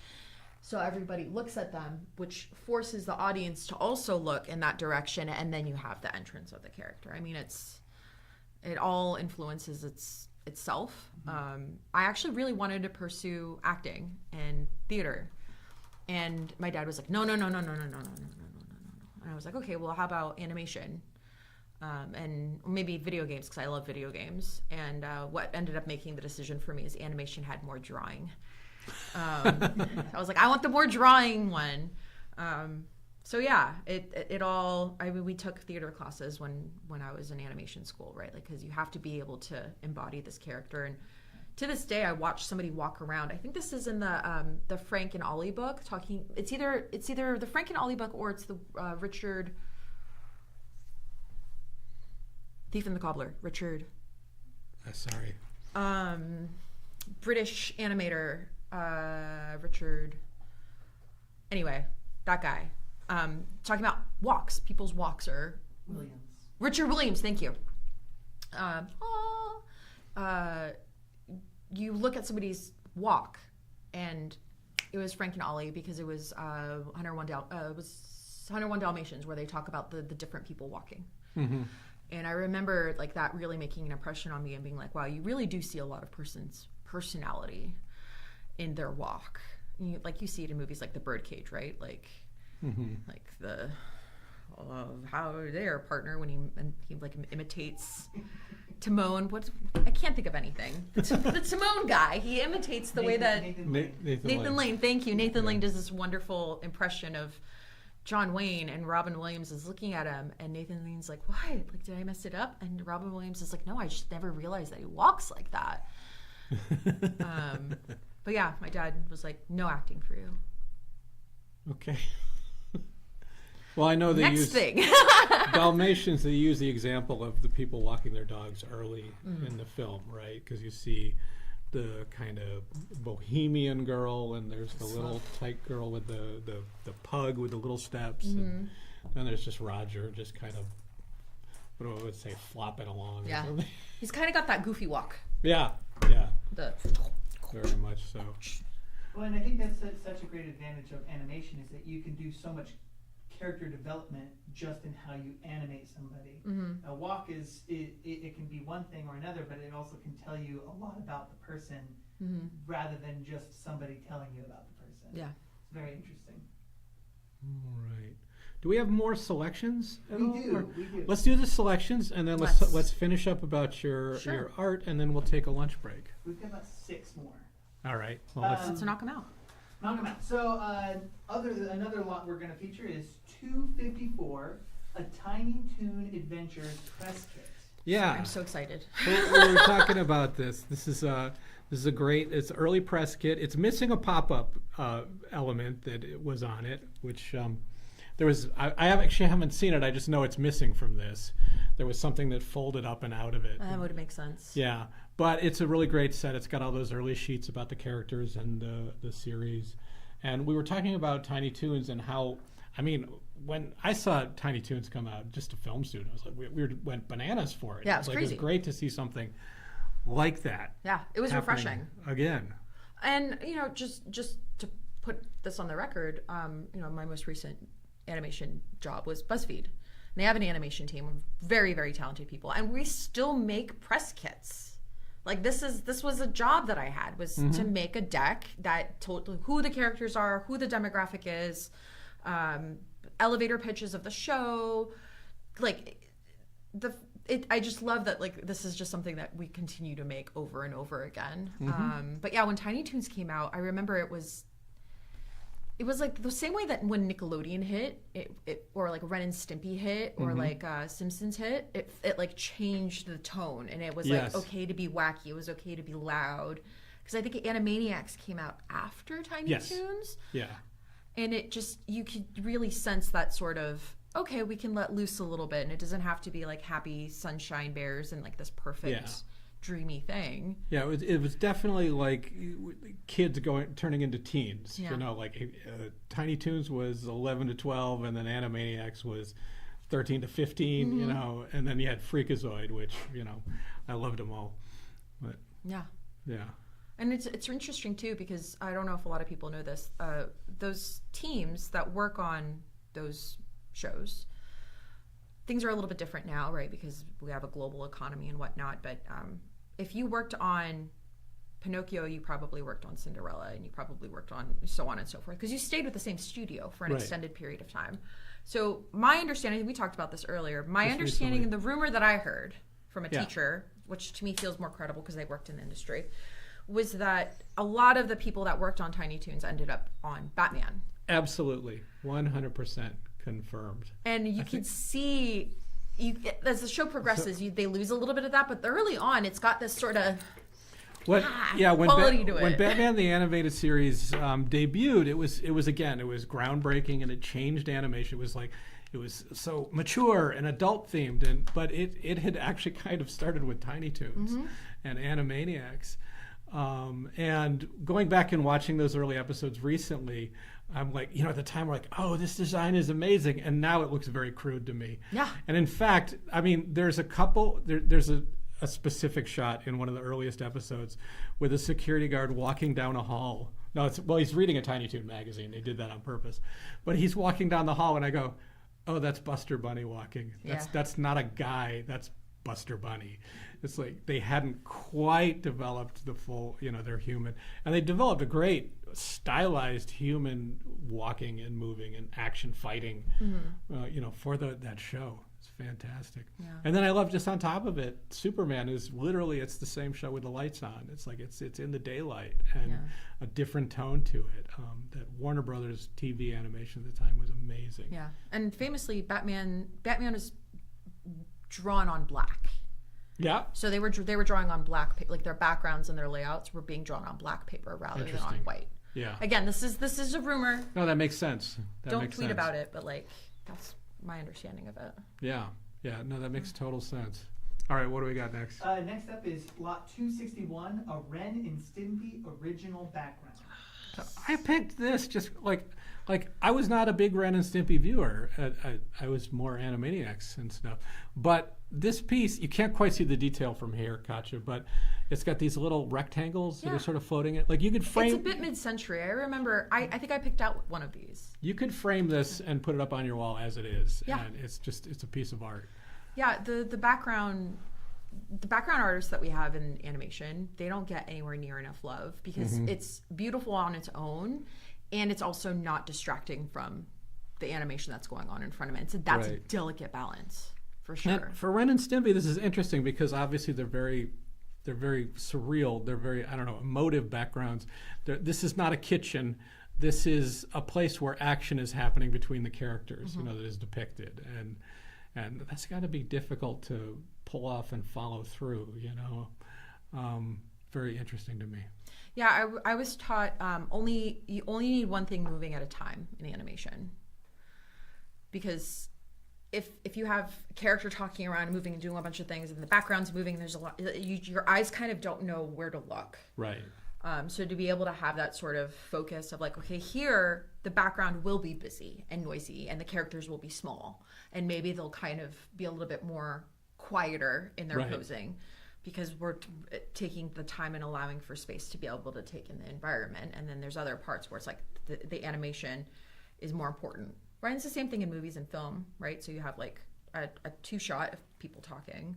The background is blurred out. It's the same reason. It's so that you could focus on what's actually happening. And then if you track focus, right? So you track out of the plane of the two people talking into the background and you see a guy, right? Because comedy's shot wide. Right.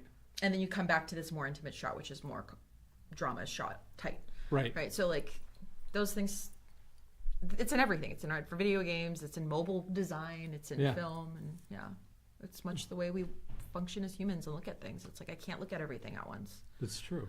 It's true. It's hard to. I've done the exercise of try to look at this microphone and keep it in mind and just keep expanding how much you're keeping in mind, and it'll drive you nuts faster than you think of. Yeah. Anyways, that's an aside. What else we got, Zach? Next one.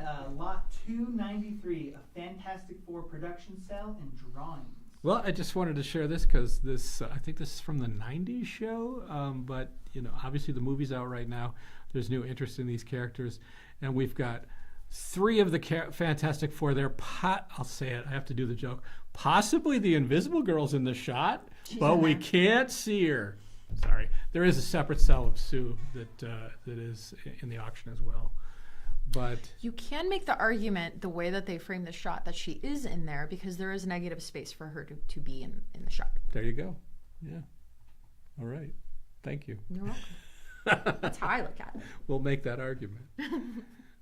After that, we have lots 311 and 312, Crimson Wolf production cell. Oh, okay. So I have to look at my phone for this. So we just have a couple pieces from anime here.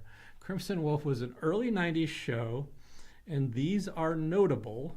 You know anime much better than I do. Yes. I don't know nearly as much of it as I like. Hi. But these are, I have to find my Crimson Wolf. One of the key animators was can you pronounce that? Hideaki Anno? Hideaki Anno, who would later go on to join Gainax and create Neon Genesis Evangelion. Oh, Oh, okay. which That makes sense. I've heard of. Yeah. Even one of the most influential and beloved anime of all time. So these are very affordable, the Crimson Wolf cells, but for anime, they're kind of important early stuff. Yeah. I only know of really one place to get animation cells, and it's not in the United States. I didn't even know y'all had Besides access Van to Eaton this. galleries. Of course. No, literally. Well, you said animation, but you mean anime. Anime, yeah. Yeah. Like, in my experience, if I wanted to find anime stuff, I have to go to Japan for it. So the fact that y'all have access to this is stunning. Like, Yeah. I was not expecting to see this as part of it. We have just a little bit here at in the gallery, and we have pieces once in a while in auction as well. Yeah. Yeah, and you could see if you're a Neon Genesis Evangelion fan, like you could see the crossover of the character designs. He reminds me a lot of one of the kids that kind of bullies Shinji in the show. He's got a lot of a similar aesthetic, sort of the hair, big eyebrows kind of guy. Cool. Yeah. All right. I don't know him. I haven't seen him. I could be making all this up. Well, that's what we do. It's usually None of this is real. See, if Mike and I talk Disney and we agree with each other, people just accept it. No, I'm just kidding. What else we got, Zach? This is our second to last one. Lot 314, a Biker Mice from Mars series cell. So I had to include this because Dina Sherman, who came here on the show, was one of the characters on Biker Mice from Mars. So this is one of our more obscure. This, if you don't know, after Teenage Mutant Ninja Turtles was incredibly popular, everybody was popping up with these shows like Street Sharks and Fish Police and Biker Mice from Mars. I love it. So I put this here for Dina, who we know from Small World. I love Dina. She's such a sweet, kind person. So She talented. Really is. She really is. She came here. We had a great time with her, and Mike found some cells of her character upstairs. So Nice. So that's good. Biker Mice from Mars. You know who owns the IP of Biker Mice from Mars now? No, I heard something was happening with it. Nacelle, the company that put together Up for Auction. Huh. Really? Yeah, they own the IP, and they created a whole comic book series with it, and they're going to be creating a whole Nacelle verse. So Did we talk with Dina about this? Because she wants to talk to them. I don't know. All right. We should get them in contact. Okay. All right. We'll talk off camera. We could do that. Yeah, that's interesting. Cool. Yeah. You have it here. That's a Hollywood deal going down. There you go. All right. You We're heard all it here privy first. to. I mean, honestly, that is kind of the way that work happens. That actually is how that works. I mean, I got my job at BuzzFeed. Somebody messaged me on LinkedIn like, hey, do you want to work at BuzzFeed? Like, we have like a 1 week long thing. Mm-hmm. And so he and I are like friendly because I'm like, oh yeah, like I must have met this person. I just don't remember them. So like a month goes by and I'm still at BuzzFeed freelancing. And finally I'm like, hey, how do we know each other? And he's like, I actually don't know. And then we sussed out I dated somebody who lived down the hall from him. And we must have, it was like one of these... Right. Just somehow I added you because we were at a similar thing or shook hands or... Yeah. Yeah, so the lesson here is just to meet everybody. Yeah. Be on LinkedIn. I took a 3-week temp job, and then I was standing in the room when somebody called needing a temp. This is at Disney. And somebody needed a temp in the photo library. Ended up working there for 17 years, and then Disney Interactive for 5 after that. Yeah. So that was a temp job I took for 3 weeks. Yeah. Yeah. I mean, I think there's also this, like, in improv we say it a lot, right? Like, yes and. Yes, and. Yes does get you pretty far. Mm-hmm. You also got to worry about the and. Right.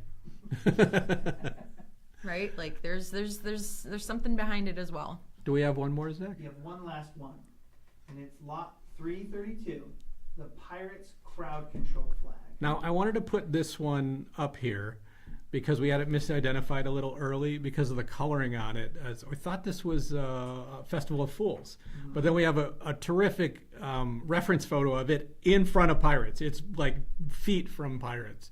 So these crowd control flags are really fun. These are really popular when we have them. And it's great that we have this in this auction. So it's a little bit of non-animation stuff. We always have a little bit of park stuff in every one of our auctions. Our next online auction is going to be September 29th, I believe. I have it written down. Right here. Yeah. September 27th. September 27th is our Mice and Movies auction, which we're going to have. There you go. We have a lot of posters, Disney posters. We've got British posters for Disney movies and lobby card sets and more fun stuff. Awesome. Yeah. I can't wait to see that. All right. And that's it. That's it. So I wanted to. You have 2 more of your small paintings that you brought with you, Sure. and we want to talk about your book too. Yeah. And I'm a little overwhelmed by the scope of your work with the Wonderland stuff. It's Oh. all really interesting and sometimes a little disturbing. Good. You know, I mean, I mean, it is. I mean, it's not easy stuff. Some of it. I guess it's disturbing because I know you and I know what it means to you. Yeah. But let's show what you got here. Sure. So I guess we can start with the book. Sorry, Zach. No, you're good. I got it. I'm gonna hand this to you then. Got it. So again, moving through my mental health journey, I thought, okay, well, what do I do with all this stuff? And my therapist recently asked me that too. She's like, well, what are you going to do with all this? Like I have at least 100 paintings alone. Well, never mind all the sketches and doodles. And I thought it was important to start to explain it and give it context. Mm-hmm. And it was also a little healing to be able to be like, I went through this. I went through this. Mm-hmm. I went through these horrible experiences and it sucked. And I don't even know if I have anything of value to share about the learnings but at the very least I could say I went through it and I survived and I made it out. Mm-hmm. And there's a piece towards the end of this book, trigger warning, about my suicide attempt. And there's a photo of me from that day. And looking at it, you'd be like, oh, like I was engaged, or I think by that point we were already married. I had this beautiful house. I had this great career. And you would look at me and be like, wow, like she's got everything. And I was not okay. And I think it's really important to be able to look at the humanity in people and to be like, you've got your own bag of rocks. Mm-hmm. And just because someone's being a snot or being rude to me, you know, maybe it has nothing to do with me. Maybe they're triggered. Maybe they're moving through something. Maybe they're grieving. Mm-hmm. Maybe they didn't get enough sleep, you know, and being able to share that has been healing for me. And I've just noticed it's been helping other people to just be like, this is what it feels like. Yeah. This is what it feels like to go through this. This is what it feels like to be grieving a parent being sick, or grieving the opportunities that you didn't get to enjoy or experiences, or grieving a relationship with a parent that you could never have, or grieving the experience of the relationship of a parent that you had, right? Yeah. So that's the basis of all of the work. And this first book, I think you could find it on Amazon. You can get the hard copy. And I think you could get the digital copy for free, because I think it's important for people to have resources that are available to them. Mental health is super important, like brushing your teeth and flossing. So this is my floss for the world. Mental floss. I don't know where I'm going with that. But it has all of the older drawings of my work. So all the first drawings of the Queen and whatnot. The more newer paintings, which I'm going to swap out soon, we'll start with one that I did last year. And it has 2 parts in it. So we're talking about this internal family systems. And one is a protector and one is a firefighter. And I did this painting. My dad had a pretty serious heart attack last year. And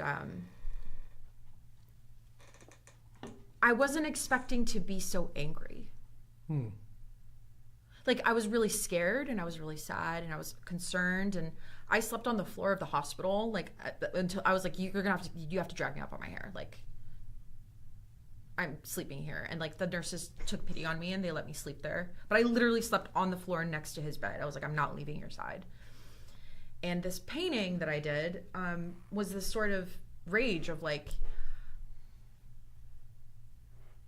all of the years that I didn't get to have with him, and all of the years that I feel like I've been robbed of, and why is this happening to me now, and what like, you know, just again, I wasn't expecting to feel angry, and I feel like this piece really just captures that. I mean, it has the cat in there, right? And the cat's this sort of endlessly menacing smile, amphibious, I don't know what am word I'm looking for, but this Amorphous.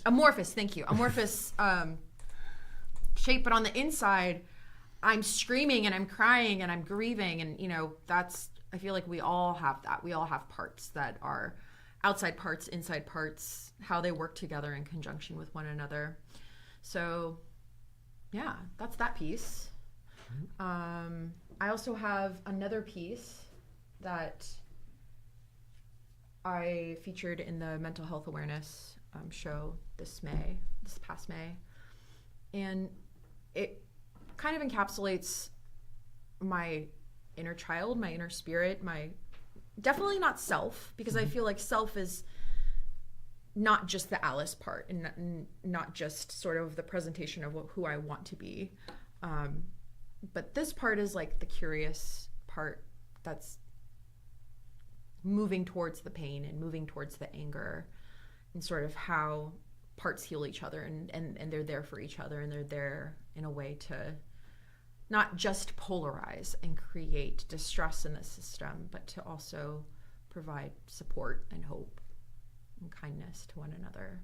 And I hope that my artwork does the same, right? She's walking through this forest, and her feet and her handprints are bringing life to sort of barren landscape, and in the distance you can see that there's trouble. So really a painting about hope. Yeah. All right. Well, thank you for sharing these. You're welcome. Thank you for letting me. It's really interesting to me. And after our break, I'll bring in the pieces I have just so we can show them really quick. Yay! So, yeah, I don't know what else to say.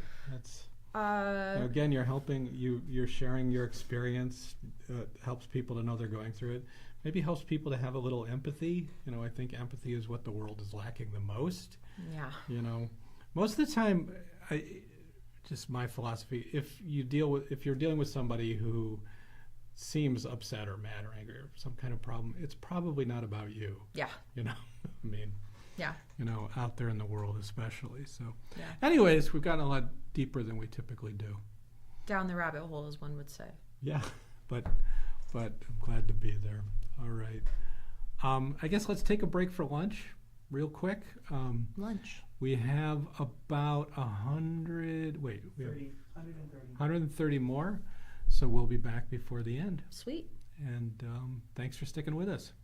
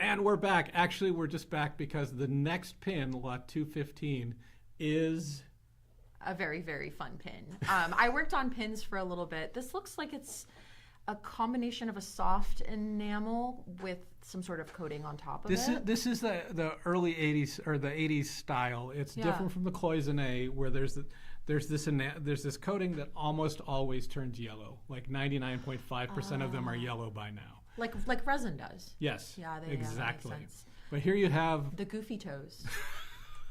We're talking about, things that do we really need to see Mickey's ears? Do we really need to see like the bottom of his head?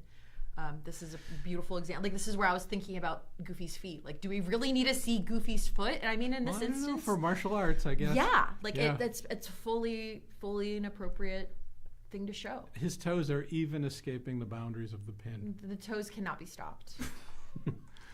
All right, that's it. That's what we came back for. Time for lunch. We'll see you. Bye.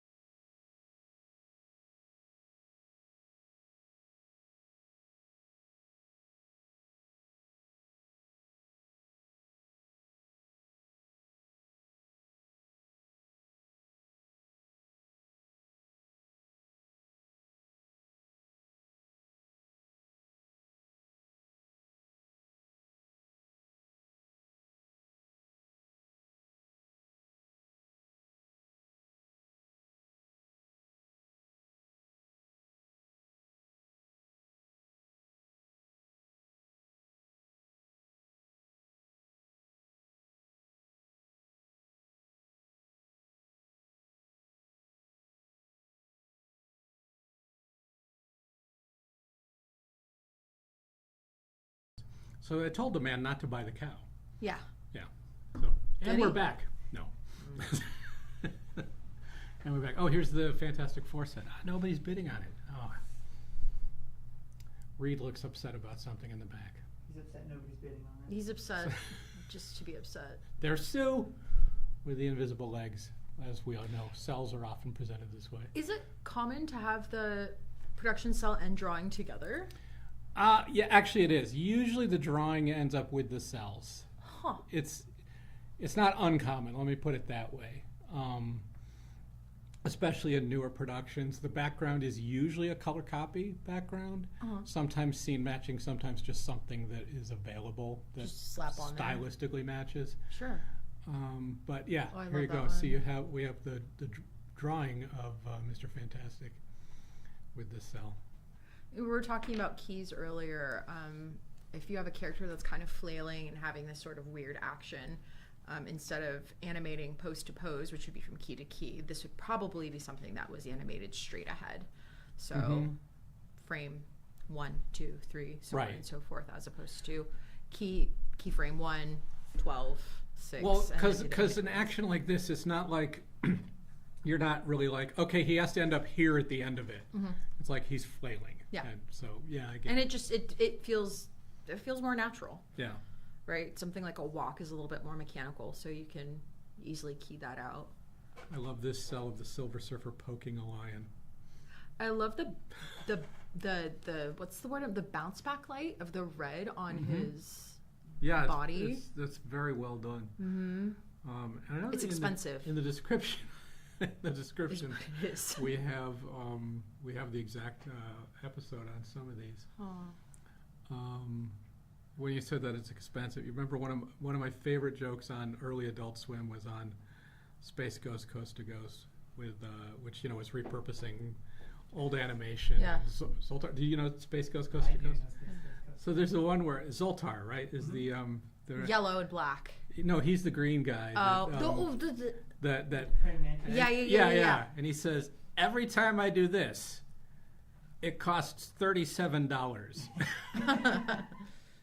74. And he's like, that's an animator joke. Yeah, it's absolutely one of those things where it's like, if you're in the know, you know. If you're not, Yeah. it's still funny. So this is the kind of stuff that I've collected is mainly advertising art, and I would like to have Mr. Clean is one of those icons of animation I wouldn't mind having an original of. And after this, I love this, the Ipana toothpaste. Do you know about Ipana toothpaste?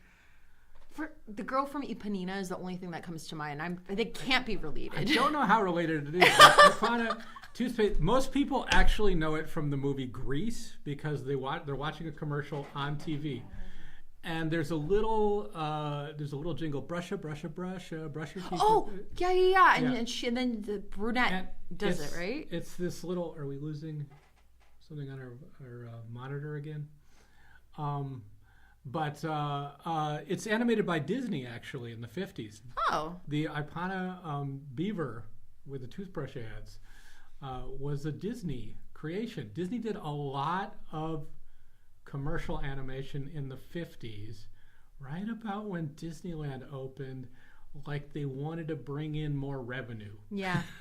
Like Peter Pan peanut butter, right? That was also one of them. Yeah. And like the Tropicana orange and right? Like there's like a bunch There's Donald Duck Orange. Maybe that's what I'm thinking of. Orange juice. There's some different products that are related with Disney. Here you go. There's the Ipana, the beaver for the toothpaste. Oh my god! Now that I'm looking at it, I recognize it. Yeah. But they also did Cheerios commercials. They did the Trix Rabbit. What they were animating in the 50s, just to bring in money. I think just Interesting. to hedge the bets at the studio, maybe to keep the animators working. Was that before or after the strike? That's long after the strike. The strike was in the 40s. Okay. Reluctant Dragon-ish. Just curious, like some people went to UPA right at that time, and if that's also why like you see that shift, and why sort of the Disney cartoons still looked like Disney, but then these commercials that Disney did looked a little bit more UPA to kind of, because I know that during World War II, I'm a big World War II nut, as you can tell, just looking at me. Yeah. The Walt Disney Company did a lot of work for the United States government. The reason why we have Birds movie. Three Caballeros, thank you. Famously known as Birds movie. The Birds movie. That Bird movie. And Saludos Amigos. Bird's life. Birds is the words. Bird. Anyway, so we I remember reading somewhere that they were contracting out also, like they wanted to use Mickey Mouse in some of the cartoons or something. I think what you're talking about is the Spirit of 43, I think it is the income Donald? tax movie. Oh. There's a movie, but they basically made a film about paying your taxes on time would help the war effort. And they put Donald Duck in it, and the government kind of said, "Wow, can't we have a new character for this?" And they were like, "No, we're giving you our Clark Gable. Basically, this is Donald Duck. He's our big star." Maybe you're thinking of something different with. I am with thinking of Mickey. something different, but Okay. this is an interesting story. Yeah, so that's kind of famously an interaction. They said, "Can we have a new character?" And they're like, "We're giving you Donald Duck. Why do you want a new character?" Yeah. This is yeah. Huh. So sorry, but what's yours with Mickey Mouse? I want to say that I read this somewhere about that Donald was used a lot in the war films and we could say American propaganda films that were going on in the 40s, because they didn't want Mickey to be associated with that. And also, like, it had to do a lot with, like, Mickey's personality starting to become the sweet, kind one, and Donald's personality becoming a little bit more rough around the edges. Like, I know that the company's always been very sensitive about, like... I'd say that's not wrong, but I'd say it's also a bit of a simplification, because Mickey Mouse appears in insignia in wartime, throwing bombs and actually some very violent imagery. So it's not an absolute, but I'm not saying it would be wrong either. Yeah. I mean, that's what they found after the 30s. There's so many Mickey Mouse cartoons were made in the 30s, and by the 40s he was losing his edge. It was hard to really show him. You see Mickey and the Seal, which is a 40s cartoon, and he gets crossed with Pluto, and you're like, oh my God. Yeah, it's uncomfortable. He's mad, and it's hard to see him that way. And so Donald Duck could be angry. Yeah. And that's why that went that way. But also the whole studio was changing. No. Look at in the 50s, Warner Brothers shorts were prospering. They were owning the movie theaters and shorts. Disney was turning to the parks, and perhaps wisely, but you have Disneyland and you have Disney Television, where things like 10 years earlier they never would have done something like Davy Crockett, which was a live action production on TV that was huge. Yeah. And once again, just like in the 30s with Mickey Mouse, merchandise and marketing for Davy Crockett was big for the studio. I don't remember where I was going with that exactly. I like wherever we're going, wherever we're at. So yeah, keep going. Well, you have some watches. I do. You have some watches. Do you want to watch us talk about watches? Do you collect watches? I do not. Okay, but you have a collection. I do have a small collection of watches. That's fair. These are 4 watches in particular that you asked me, share stuff that you're really proud of or means something to you, and I felt like these were the most appropriate. So starting from the far left, that is not a Disney watch. So one of these things is not like the other. The one on the far left is a World War II era wristwatch. And when my husband gifted it to me, he won it in an auction. He gifted it to me. The band, of course, was deteriorating because it's leather and it's a bazillion years. It's like 90 years old. And it's a wind-up watch, so it doesn't require batteries, which is also unique in this lineup of watches. I gotta say that we deal with old watches here, for auction, and old mechanical watches that don't need batteries. Don't they feel like magic now? Yeah. Like they just work. Yeah, it just works. It's like concept. Yeah. Yeah, it just works. But the reason why I've included it in sort of this presentation is Michael Messing, the watch guy. He's the one that replaced the band for me. So anyone that's worked at Disney, especially was on the lot, there was the watch guy, Michael Messing. Oh my God, I forgot the watch guy at the lot. Michael Messing. Yeah. He's fantastic. He's incredibly kind, very talented. He specializes in watches and jewelry and whatnot. He's repaired my jewelry before, so this is, I guess, a free ad for Michael. But I just thought it would be, all these years later, and I'm not a Disney employee anymore, and you could still contact him for work. And so he replaced the band on it, and it's a World War II era watch. So that's the one on the far left. It's a Nimra for anyone that's really curious about that. The second one from the left, I feel like you would do a much better job of telling us about it. I have no idea what. You've never laid eyes on this watch before. So this is if I remember correctly, it's a Euro Disneyland opening watch. Yes. With the three fairies from La Belle du Bois Dormant. The Sleeping Beauty Castle. I'm remembering the end of the name of the Sleeping Beauty Castle in France. Yeah, but the three fairies are the second hand that circle it, and I gave you that when we left Digicent, basically. Yeah. Disney. Yeah. So you mentioned that you had created a collectibles table. Yeah. And this was one of the pieces that lived in that table, and when you gave it to me, it felt it was a really special moment to me, because I think by that point we had become so close and we had worked on so much together, and there was so much bittersweet sort of like, okay, I'm moving on to my next step. And it was like, I don't know, there was something about it that made me feel like everything was going to be okay. Yeah, good. And like they're watching over me, and whenever I put the battery back in it, it's really magical that like they're spinning around on this axis point, and it's such a unique sort of piece of jewelry or mechanism. Disney watches of the 90s were amazing. Yeah. They made fantastic watches. Probably a lot of them they couldn't make now. Yeah, I'm sure. Well, I'm glad it means a lot to know that it means a lot to you. Yes. Then there's two others. And there's two others. No. Nobody cares about those. So the one on the third one from the left, or the second one from the right, or the one in the middle towards the right, the one with the black band, but not the other black band. The Mickey watch. The Mickey watch?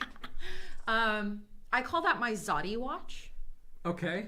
Zodi Diaz was our creative executive something. Like she was like really high up. She was like the director? Was she director? She wasn't a VP. I thought she was like a producer or director.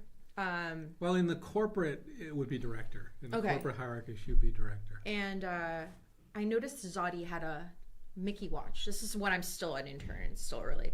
And then I started noticing everybody that works at a lot of the executives at Disney wear Disney watches. A lot of them, not all of them. And I don't know how things are now because I haven't been at the company for a while. But I was like, I want a Mickey watch. Like this has been my dream to work at this company. And so once I got hired full time, I got myself a Mickey watch from the store that's on the studio lot. Right. So I have it. I love it. I feel like it's just a little piece of my life that I'm really proud of, right? Like these little moments, these little things that I love. And then the last watch, the red one, I got at the Disney store in Shibuya, I believe. So my husband and I got married, and then we went on our honeymoon in Hong Kong and Tokyo, which is Tokyo. We'd always wanted to visit Tokyo. And we've been discussing at length, like, do we want to move there? Right? And I just picked up the watch because I love Alice, and it's. Have you had a chance to look at it? I haven't seen it up close. Notice the quality, the band. It's the youngest watch, but the band is on its last legs, and I've only worn it once. Let the game begin. But it reminds me a lot of the watch that you gave me. Yeah, it's really pretty. It's Alice at the croquet game, and then the little hedgehog is rolling around as the second hand. Oh. So it feels a bit like, like the capturing of time, this progression of time in my life, and. But to me, that somehow relates the the fairies watch to your Alice life. Yeah. I don't know. Yeah. I mean, it's just, you know, when we got laid off, I was really sad. Yeah. I loved working at Disney. I know not everybody has a great experience at any company, right? Everybody has their own paths in their journeys. I happen to have had a really, really beautiful time. And so for a long time, I could not look at anything. Like, I couldn't look at Small World stuff. I couldn't look at anything that we worked on. I couldn't look at Alice stuff. Like, it was so painful. And now I'm in this new space in my life where I'm reimagining myself as a creative and I kind of back at Alice. I kind of went through some of the same, and what I found is, for me, because I started at Disney in '93, and I've become very nostalgic from Pocahontas through Tarzan and Mulan, and right up to 2000 about. Because I wasn't working in feature animation, but I was there through those. And I did support some stuff in feature animation. I worked on Pomp and Circumstance, which didn't happen. So I don't know. I've just become really nostalgic for that part of my career, and I'm collecting some stuff that turns up at Van Eaton, and that I find out that it's like, oh, this is stationery from that time and stuff. Yeah. And yeah. I feel like people don't realize how even like a menu or an envelope. Okay, maybe you really love Robin Hood, and so that's something special to you, but maybe you want this thing because it reminds you of your dad, because your dad would always whistle the song that the chicken was always singing, right? Like, it's not just about the like abstract value of the market cost of a thing. It's also, I've attached a piece of myself to this work. I think that plays a bigger part in collectibles than we acknowledge often, is that personal meaning of these things. Yeah, and I mean, for a long time, I think it stayed in that realm of like, well, this just reminds me of a safe space, and it's nostalgic, and I just want to remember it, to sort of the hot topic commercialization. Like, this is a part of my identity, and like, I am Batman, and Batman is me, and like, I am more Batman than I am Superman, so I collect Batman. Right. And I feel like now that we've gone through that phase, we're now in this healthy balance of like, this is a representation of me and who I am as a person. And I have these really sweet moments in this time in my life that I get to look back on and really cherish and celebrate. I got some photos to Zach from our time together at Digital. Okay. We can go through really quick. Well, that's you and Sam. That's in the kitchen at Digicel. That is the collectibles table behind you. And I'm wearing those shoes. You're wearing those shoes. I'm wearing leather bottom 1930s swing dancing shoes. I'm not sure right now. That might be. I was going to say that's the chicken McNugget. Eat off on it. Oh my god. I have a ton of photos from that. But that was what's great. The nugget moment. That is you and Lazo. Lazo. The bird that was created for It's a Small World, the animated series. Yeah, you can see some of the character turnarounds. You can see Mr. Balloons back there. My animation desk, it looks like, is over there as well on the right-hand side. They were getting rid of animation desks, like the 90s era ones. Yeah. And they have it, which was very, very happy with them. Oh, so this is voice recording. You did some voices for the special Rosetta Stone episodes that you can find if you look hard enough for it. It's a Small World, the animated series. It's you and I just blanked on your name. No. Dita's on the left. Dita Sherman up in here. But it's Natalie or she's the English person who did the voice of the late Tilly in Rosetta Stone episodes.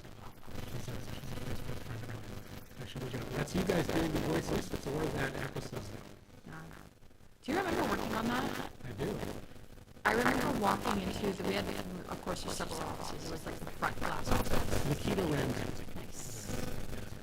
And you were just like losing your mind because you just couldn't. Like, I could see it on your face. You're like, I can't crack it. And I remember just coming down and sitting with you. Well, I wanted to say that you're always credited as an artist, but you broke the story on the Rosetta Stone episode. You made it work. And I want to make sure that you get credit for that story work, because I quote wrote the script. It would not have been finished without your 40% or I don't know 60, whatever. It would not have happened. 45%. It would not have happened without 43. But it wouldn't have happened without your work. I want to say yes, you got there to what made it work. Thank you. That was a fun project, for sure. Speaking of fun projects. This is you pitching, we were talking about your animatic, this is pitching it to Richard Sherman, showing him your artwork, which ended up being projected on the big screen at D23.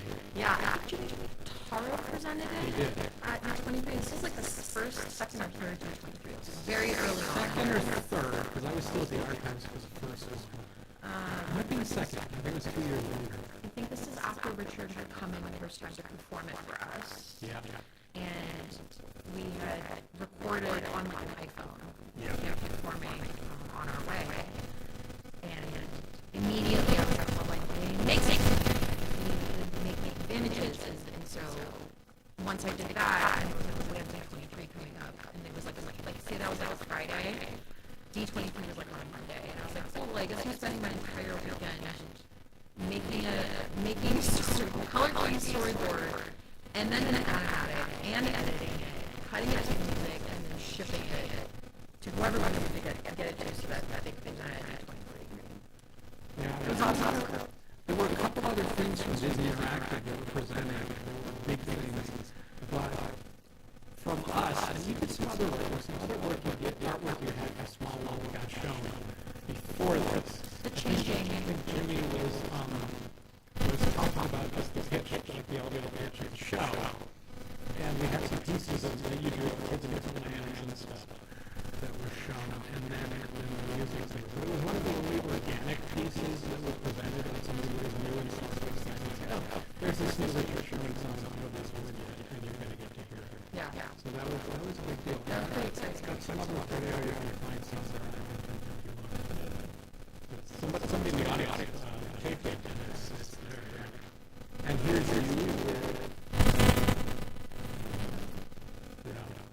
we got to film you on a tea party system. I totally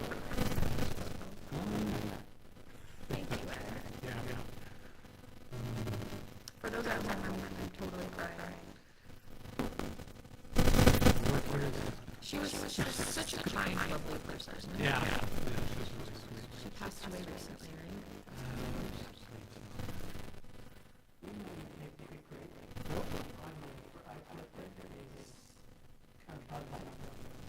Okay.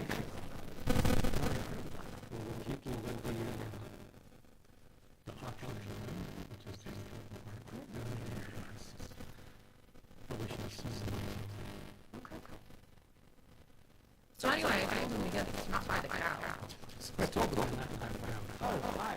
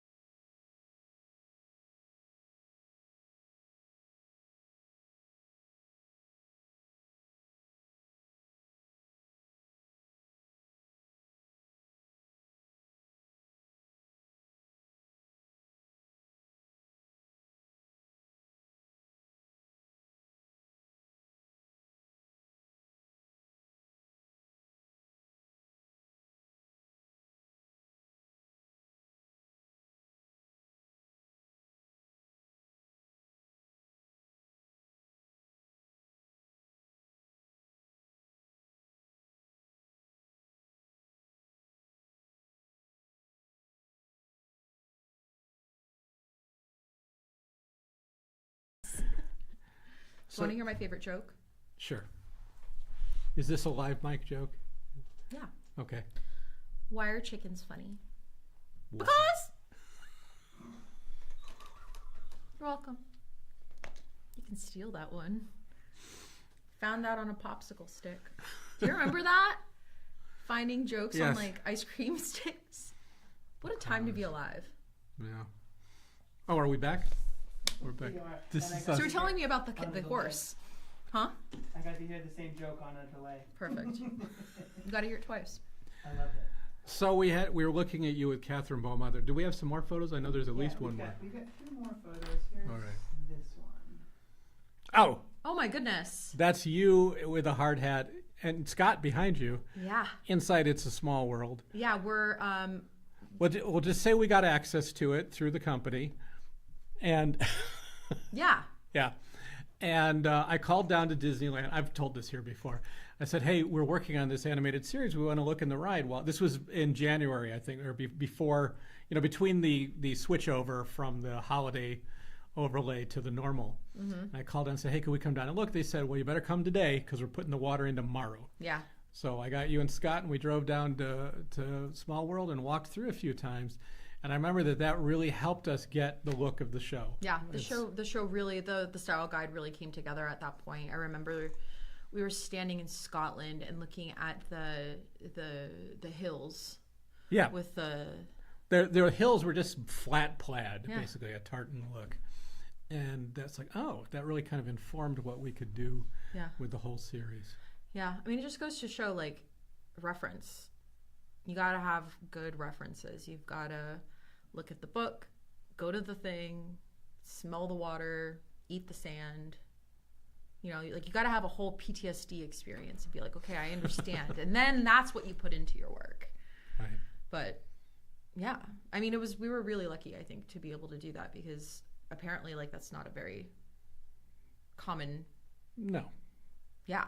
Yeah. And I feel like at the moment it was like, oh, cool, we get to do this really rare thing. And now as I've gotten older and wiser and more beautiful, I'm like, wow, I was really, really, really lucky. So thank you for that. Yeah, and having a photo of us in the ride is rare too. Yeah. I mean, cast members do What it all the photo? time, but they don't talk about it. What photo?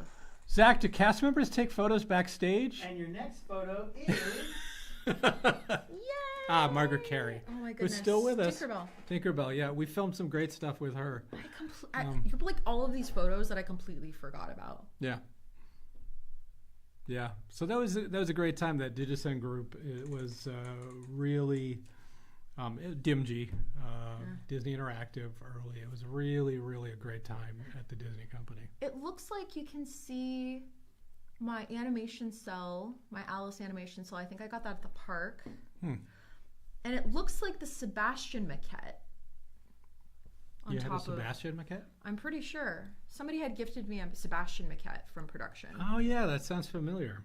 And I was going to look for it. I couldn't find it today, so it's got to be in a box hidden away somewhere. But, yeah, you can see all these, like, little things. I had my animation books up there.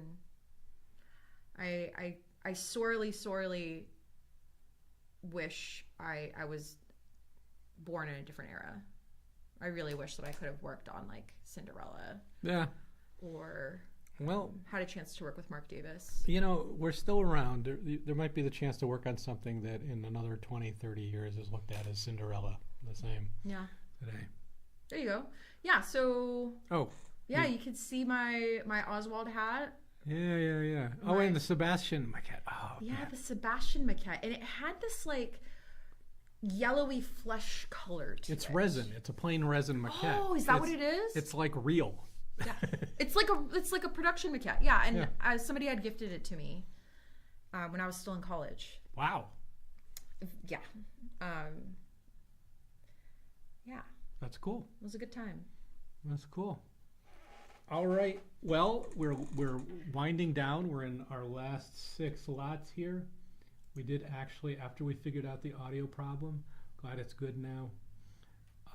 We had, let me see.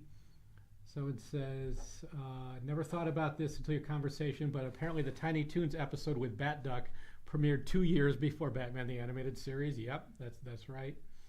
And this was one, the hat comment. I'm not sure what the hat comment is exactly about Rotoscope. Oh, you were talking maybe about the Emperor's New Groove. an Emperor's New Groove, the Emperor in Mulan, how his hat was a plane. Says, reminded me of Bambi, where apparently they rotoscoped specifically the antlers for some scenes, using some clever photography of modeled antlers. And that's true. They basically, if you think about what antlers look like and them turning subtly and stuff, without, there's a lot of work to keep them from looking rubbery or, Floaty. Shimmering or, yeah. So they did use basically rotoscoping photography of antlers to illustrate some of those shots of the Prince of the Forest and Bambi as an adult. Mm-hmm. Yeah, I feel like when you use that technique, again, the car from 101 Dalmatians, right? When it's a hard modeled object, it actually feels quite nice. I don't know if they did that for Iron Giant. I believe Iron Giant was 3D with a cell animation render. So. But I got to talk to Frank and Ollie about the process on 101 Dalmatians. I had that behind the scenes photo of them pushing the Cruella's car into the snowbank, which was like something like styrofoam peanuts or something. If you look at it, it's kind of it's a little crumbly. And they said, and you see this with Amos's car in Fox and the Hound too. They made a model of it, and as they put it, they said you make everything like the headlights are a little bouncy, and that you make it as loose as you can, and then they actually just film it going through the motions. So there's shots of Cruella's car that, now that I've told you this, if you look at 101 Dalmatians very carefully, you're going to look at that car and go, wait, that kind of looks like someone's just pushing a model along going vroom, vroom, because that's what's really happening. Yeah. It has the same sort of feeling in Prince of Egypt, right? Because they had a lot of 3D in that film. And when you really start to look and see like where those parts composite together, you start to really develop an appreciation for sort of the genius. Like I don't know what else who's going to sit there and be like, okay, hear me out, Ed. We're gonna build Cruella's car and shove it into a bank of styrofoam, and then we're gonna trace that. I mean, especially in an era where like Walt was like, no, everything had to be drawn by hand. Like everything had to be like human made only. We don't rotoscope unless we really have to. Change for the better, I think. I agree. All right. Well, we've got 4 lots left. 3 lots left. Are we looking at the figurine? We're just looking at it, right? Which figurine? The display? It was the display for the UNESCO figurines, yeah. Nice.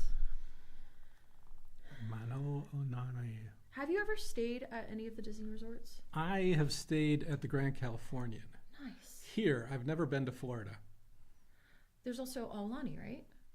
Yeah, I've never been to Hawaii either. Which one is this one from? Polynesian Village Resort is in Florida. Ah, okay.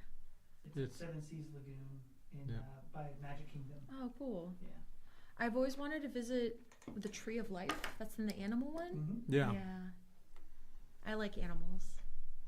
Which had, well, we were talking about this. It had the Bugs Life film in it there, but now Tough to Be a Bug is what it's called. Tough to Be, which was here too. Oh yeah. Yeah, that was in California R.I.P. Adventure.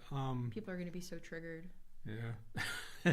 I miss it. Scared of 4D. That and Honey, I Shrunk the Audience made me scared of 4D. Oh no. I could understand that. I mean, yeah. I can understand that.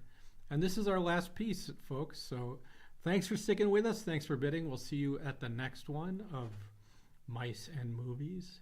It's our theme coming up in a few. Thank you, Katia, for being here. You're welcome. Thank you, Zach. And we will sign out, and we'll let this last one end on you. We'll see you next time.